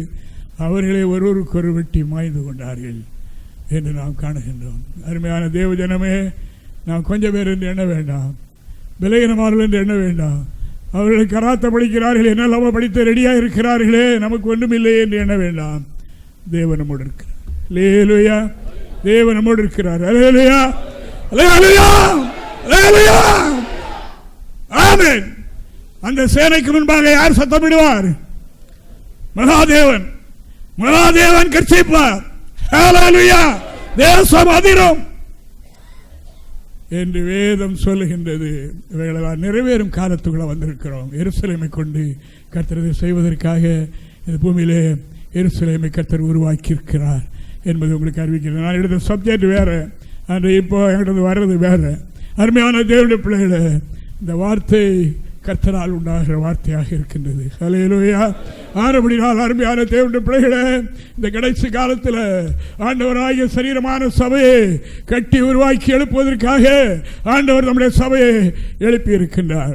உங்களை என்னையோ இதில் அங்கங்களாக சேர்த்திருக்கின்றார் என்பதை அறிந்து நான் ஆண்டவருக்கு ஸ்தோத்திரம் செலுத்துகிறேன். ஹல்லேலூயா. எருசலேம் நமக்கு என்னது? தாய். எருசலேம் ஆண்டவருக்கு என்னது? மணவாட்டி. ஹல்லேலூயா. ஆனபடினாலே அவருக்கு அது மணவாட்டி, நமக்கு தாய். ஹல்லேலூயா. இந்த தாய் இல்லாமல் வளர்கிற பிள்ளைகள் எப்படி இருக்கும்? தாயினுடைய அடிச்சோடுகள் நாம் இருக்கின்றோம். நாம் பூரணராக்கப்பட்ட அந்த ஆவி பூரணமாகி போயிருக்கிறார்கள் அல்லவா பரிசுத்தவான்கள். அந்த ஆவிகளிடத்தில் சேர்க்கப்பட்டிருக்கிறோம், அங்கே போய் சேரப்போகிறோம். என்னுடைய ஆசையெல்லாம் அதுதான். ஆனால் மக்களுடைய ஆசை நேற்று வரைக்கும், ஐயா நீங்கள் ரொம்ப நாள் இருக்கணும் அப்படின்னு கேட்டுக்கொண்டாங்க. அப்படின்னு பல இடங்கள் வந்து நல்லா உடம்பை பார்த்துக்கிடுங்க, நல்லா பார்த்துக்கிடுங்க என்று சொல்லுவார். ஆனால் நம்முடைய ஆசை, அதாவது பரிசுத்தவான்கள் எல்லாம் போய் ஆகிவிட்டது. நாம் இப்போ திருச்சபையினுடைய பணிக்காகத்தான் இந்த பூமியில் இருக்கிறோம். ஹல்லேலூயா, ஹல்லேலூயா. நான் சொன்னேன் ஒரு இடத்துல, எனக்கு இந்த உலகத்தில் ஒன்றும் கிடையாது, உங்களை போன்று கூட எனக்கு கிடையாது, ஒன்றும் கிடையாது. என்னுடைய ஒரே நோக்கம் திருச்சபையே. ஹல்லேலூயா. ஒரே நோக்கம் அதுதான், வேறொரு நோக்கம் என்னுடைய உள்ளத்தில் இல்லை. உலகத்தில் எந்த பிடிப்பும் எனக்கு இல்லை என்று நான் கேட்கிறவர்களுக்கு நேற்று முந்தா நாள் வந்திருந்தார்கள். அவர்களுக்கு அதைத்தான் சொன்னேன். அவர்கள் பேசிக்கொண்டார்கள், பேசுகிற சரிதானே என்று சொல்லி. ஆம், தேவனுடைய பிள்ளைகளே, இந்த பூமியில நமக்கு ஒன்றும் இல்லை. அதாவது என்று கண்ணை மூடுகிறோமோ அன்று அந்த முதற்பலனாகிய சர்வ சங்கமாகிய சபையினிடத்தில் சேர்க்கப்படுவோம். ஹல்லேலூயா. என்று கண்ணை மூடுகிறோமோ அன்று பூரணமாக்கப்பட்டு சென்றிருக்கிற அந்த ஆவிகளிடத்தில் நாம் போய் சேருவோம். ஹல்லேலூயா. கிறிஸ்துவுக்காக இரத்த சாட்சியாக மரித்த ஆவேல் முதற்கொண்டு அதற்கு அப்பாற்பட்டு மரித்த அந்த ஆவிகளிடத்தில் போய் நாம் சேருவோம். ஹல்லேலூயா. அதற்கு அங்கே சர்வ சங்கமாகிய சபை இருக்கிறது அல்லவா, அப்படிப்பட்டவர்கள் தான் அங்கே போய் சேருகின்றார்கள். மற்றவர்களுக்கெல்லாம் நியாய தீர்ப்பு நாள் தான். அந்த நியாய தீர்ப்பில் லெப்ட் ரைட்டாக பிரித்து அதற்குரிய இடத்துக்கு போவார்கள். இந்த முதற் பலன்கள் தான் புதிய எருசலேமாக, சர்வசங்கமாகிய சபையாக, பரம எருசலேமாக அவர்கள் சேர்க்கப்படுவார்கள் என்று வேதம் சொல்லுகிறது. ஹல்லேலூயா, ஹல்லேலூயா. அந்த புதிய எருசலேம் தான் இந்த மூலமித நாகர்கோவிலையும் உருவாக்கப்பட்டிருக்கிறது. அருமையானவர்களே, ஹல்லேலூயா, ஹல்லேலூயா. அதாவது மணவாட்டிக்கு தனியாக சுத்திகரிப்புக்குரிய அதாவது சாதனங்கள் உண்டு. எஸ்தர் ராஜாத்தை நான் பார்க்கிறவெல்லாம் ஆசுவர் ராஜா மனைவியாகுவதற்கு அதற்கு சுத்திகரிப்புக்குரிய சாதனங்கள் எல்லாம் கொடுக்கப்பட்டது.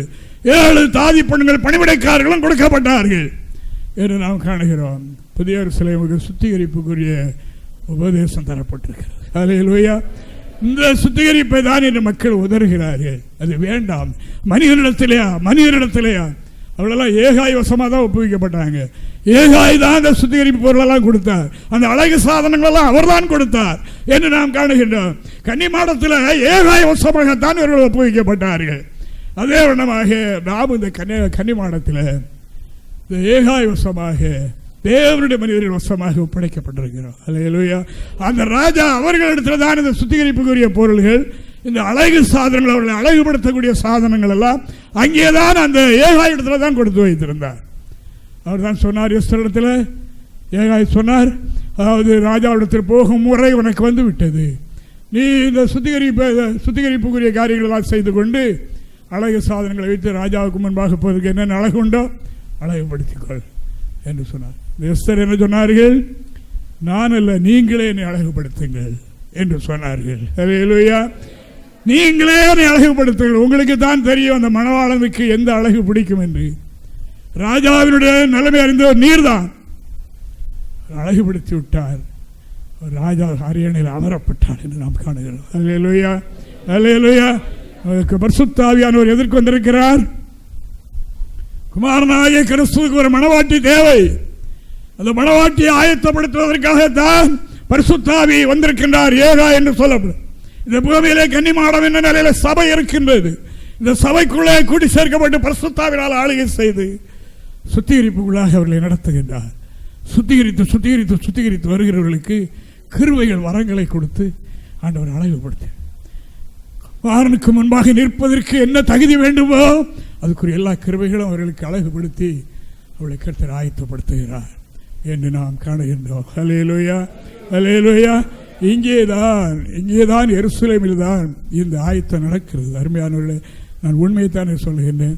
5 ஆண்டு காலமாக நான் தேடி அலைந்தேனே, எங்கெல்லாம் தேடி அலைந்தேன்.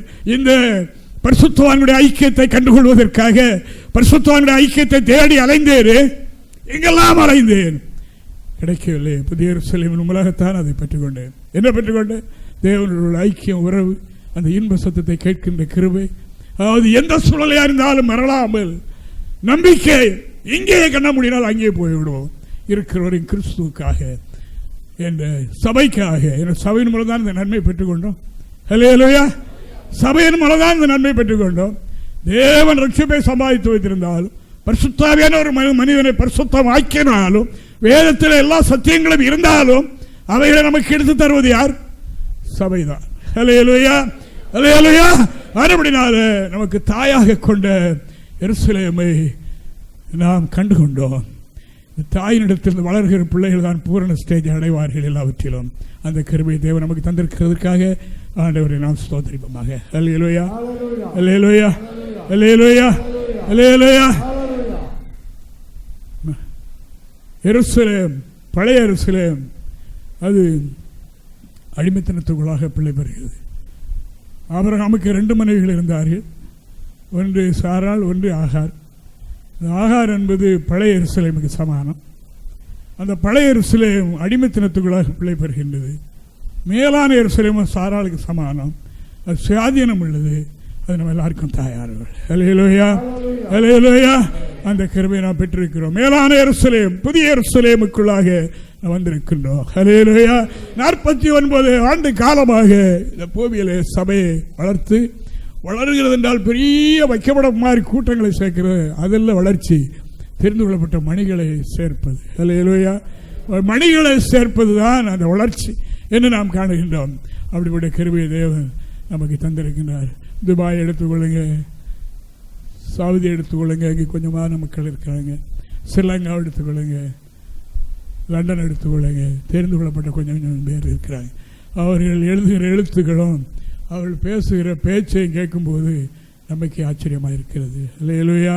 அவர்கள் பிரமாணங்களை கைக்கொள்கிறதை பார்க்கும்போது அவ்வளவு இன்னும் கூடுதலான ஆச்சரியமாக இருக்கிறது. உலகம் முழுவதும் இந்த பணி நடக்கும். அல்லேலூயா.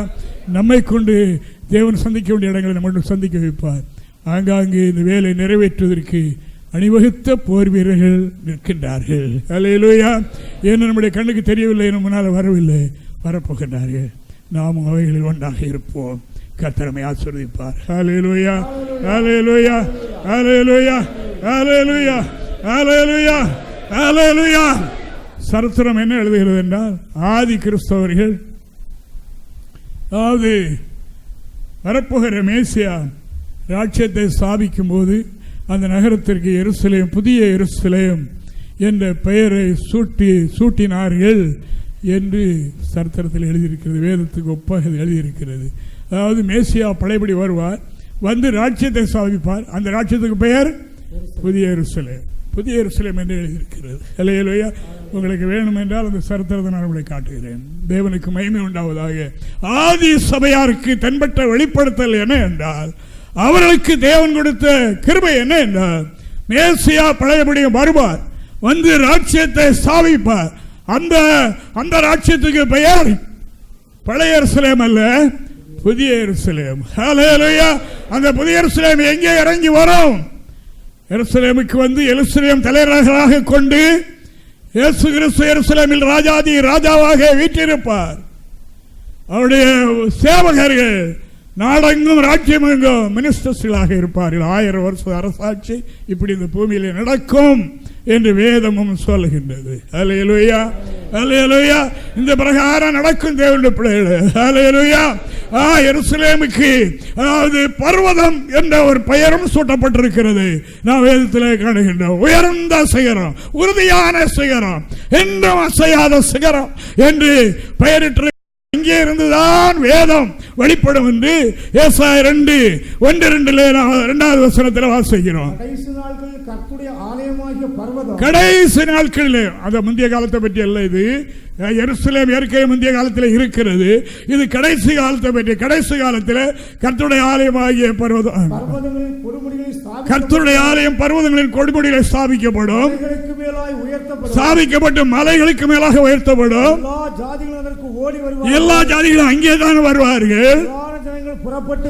திரளான ஜனங்கள் புறப்பட்டு வந்து நாம் கர்த்தரின் பர்வதத்திற்கும் யாக்கோபின் தேவனுடைய ஆலயத்திற்கும் போவோம், வாருங்கள். அவர் தமது வழிகளை நமக்கு காண்பிப்பார், போதிப்பார். நாம் அவர் பாதையிலே நடப்போம் என்பார்கள். ஏனெனில் சீயோனிலிருந்து வேதமும், கடைசி காலத்தில் எருசலேமில் இருந்து கர்த்தருடைய வசனம் வெளிப்படும். அல்லேலூயா. பழைய எருசலேமில் அல்ல, கடைசி கால சம்பவம் இது. அல்லேலூயா. கடைசி காலத்தை பற்றி எழுதப்பட்ட எழுத்துக்கள் இவைகள். அப்படினால் தேவனுடைய பிள்ளைகளே, கடைசி காலத்தில் கர்த்தருடைய சபை உயர இருக்கும். அது உலகத்தில் உள்ள எல்லா தேவனுடைய மனிதர்களுக்கு காணும்படியாக இருக்கும். அது உயர்ந்த சிகரமாக இருக்கும். அந்த உயர்ந்த சிகரத்தில் தான் அந்த ஆலயத்துக்கு அஸ்திவாரம் போட்டிருக்கும். அதன் மேல் எது மோதினாலும் அது விழாது. ஹல்லேலூயா. எது மோதினாலும் அந்த ஆலயம் விழாது. ஹல்லேலூயா.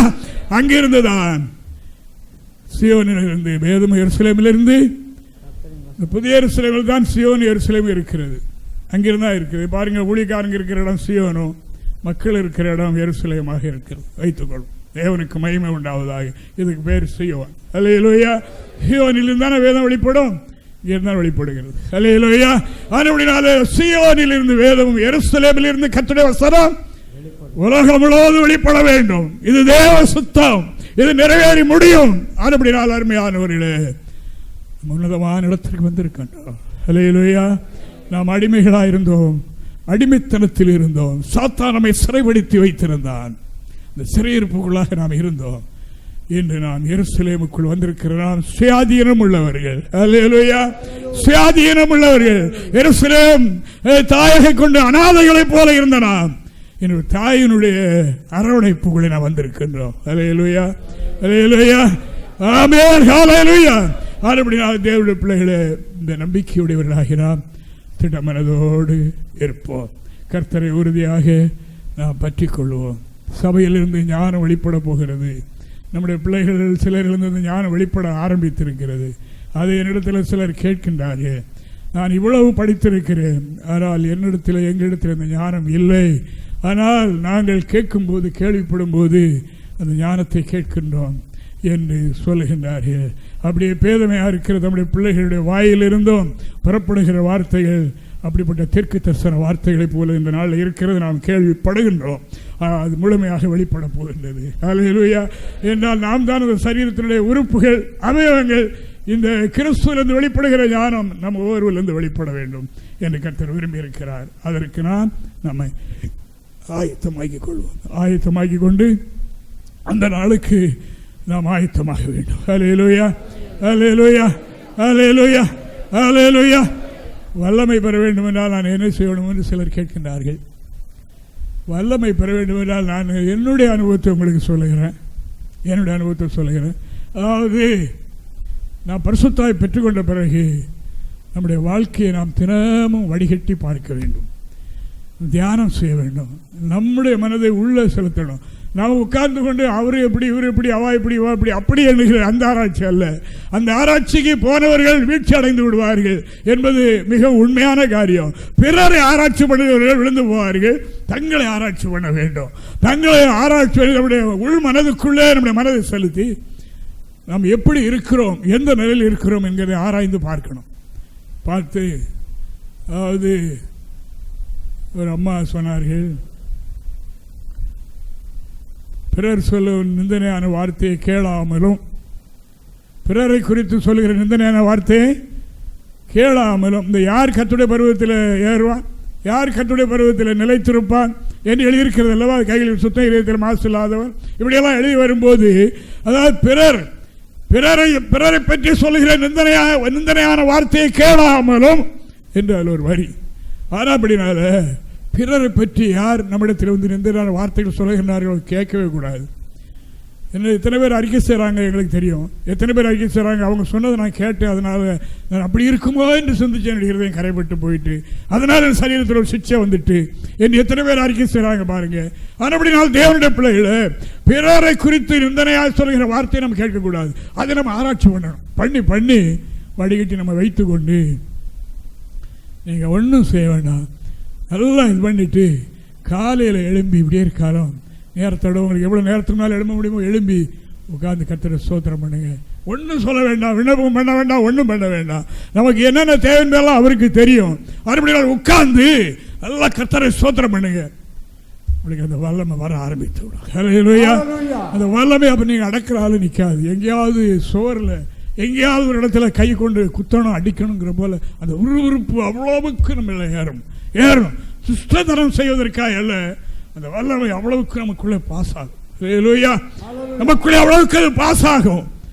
அப்புறம்தான் அதற்கு பிறகு என்ன நடக்கும் என்றால், நீங்கள் அமைதியாக சிலர் கேட்கிறார்கள், கர்த்தர் பேசுகிறது எப்படி அறிவது, கர்த்தர் பேசுகிறது எப்படி அந்த அனுபவத்தை பெறுகிறது என்று கேட்கிறார்கள்.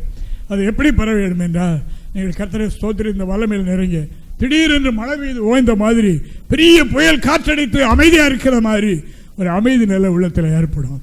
அப்படியே இருந்துருங்க. அதுக்கப்புறம் நீங்கள் உங்களுடைய அறிவை பயன்படுத்தி ஐயோ தூங்கிட்டோம் ஒன்றும் என்ன வேண்டாம், அப்படியே உட்காந்து தியானத்தில் இருங்க.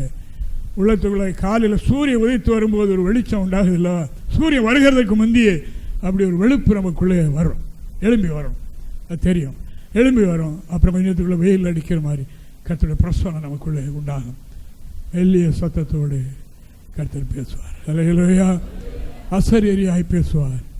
நம்முடைய ஆவியோடு கலந்து உள் உணர்விலே அவர் வெளிப்படுவார்.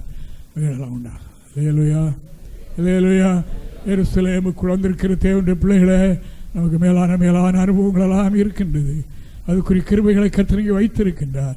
நம்மை அழகுபடுத்தி நம்மை ஆசீர்வதிக்க கர்த்தர் விரும்பி இருக்கின்றார். ஹல்லேலூயா. தாயானவள் தன்னுடைய பிள்ளைகளை ஸ்கூலுக்கு அனுப்பும் போது அதுக்கு மேட்சான ட்ரெஸ்ஸு, அது அதிக அழகுபடுத்தக்கூடிய முறைகள் எந்தெந்த உண்டோ அதெல்லாம் பண்ணி மற்ற பிள்ளைகள் விட நம்முடைய பிள்ளைகள் பார்ப்பதற்கு நன்றாக இருக்க வேண்டும், ஒழுக்கமாய் சுத்தமாய் இருக்க வேண்டும் என்று விரும்புகிறார்களோ, தாயினுடைய பொறுப்பு, தாயினுடைய பாரம், விருப்பம் அதுவாக, எண்ணங்கள், ஆசை அதுவாக இருக்கிறது அல்லவா. நாம் எருசலேம் ஆகிய தாயைக்குள்ளே வந்திருக்கின்றோம். அந்த தாயினுடைய அரவணைப்புகள் இருக்கிறோம். அந்த தாயினுடைய நோக்கம் என்ன? நம்மோட கொஞ்சம் வேண்டும், கொலாவ வேண்டும், நம்மோடு கூட பேச வேண்டும், ஹல்லேலூயா, நம்மை அழகுபடுத்த வேண்டும், கிருபைகள் வரங்களை தந்து நம்மை அலங்கரிக்க வேண்டும் என்று அந்த தாயினுடைய விருப்பமாக இருக்கிறது. ஹல்லேலூயா. எருசலேமுடைய சிறப்பு ஆழத்துக்குள் போக போக அனுபவ ரீதியாக நாம் அனுபவிக்க முடியும். ஹல்லேலூயா. மற்ற இடங்களில் உட்காருங்கள், எழுந்திருங்கள், உட்காருங்கள், எழுந்திருங்கள், போங்கள் என்று சொல்கிற அந்த ஆராதனை நாம் நடத்தவில்லை. நம்ம பரிசுத்தாவினுடைய ஆளுகைக்குள்ளாக உள்ள ஆராதனைக்குள் வந்து கொண்டிருக்கிறோம். ஹல்லேலூயா, ஹல்லேலூயா. நான் இப்படி நல்ல அருமையான தேவனுடைய பிள்ளைகளே, எருசலேம் நமக்கு தாயாக இருக்கிறார். தாயுடைய அரவணைப்புகள் வந்திருக்கிறோம்.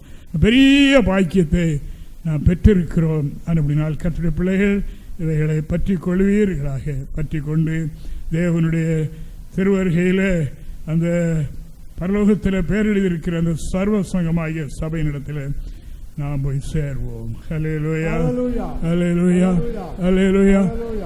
பாஸ்டர் இதுவரைக்கும் தரிசனத்தில் இங்கே நிறைய பேர் பார்த்துட்டாங்க, வெளிநாட்டில் நிறைய பார்த்துட்டாங்க.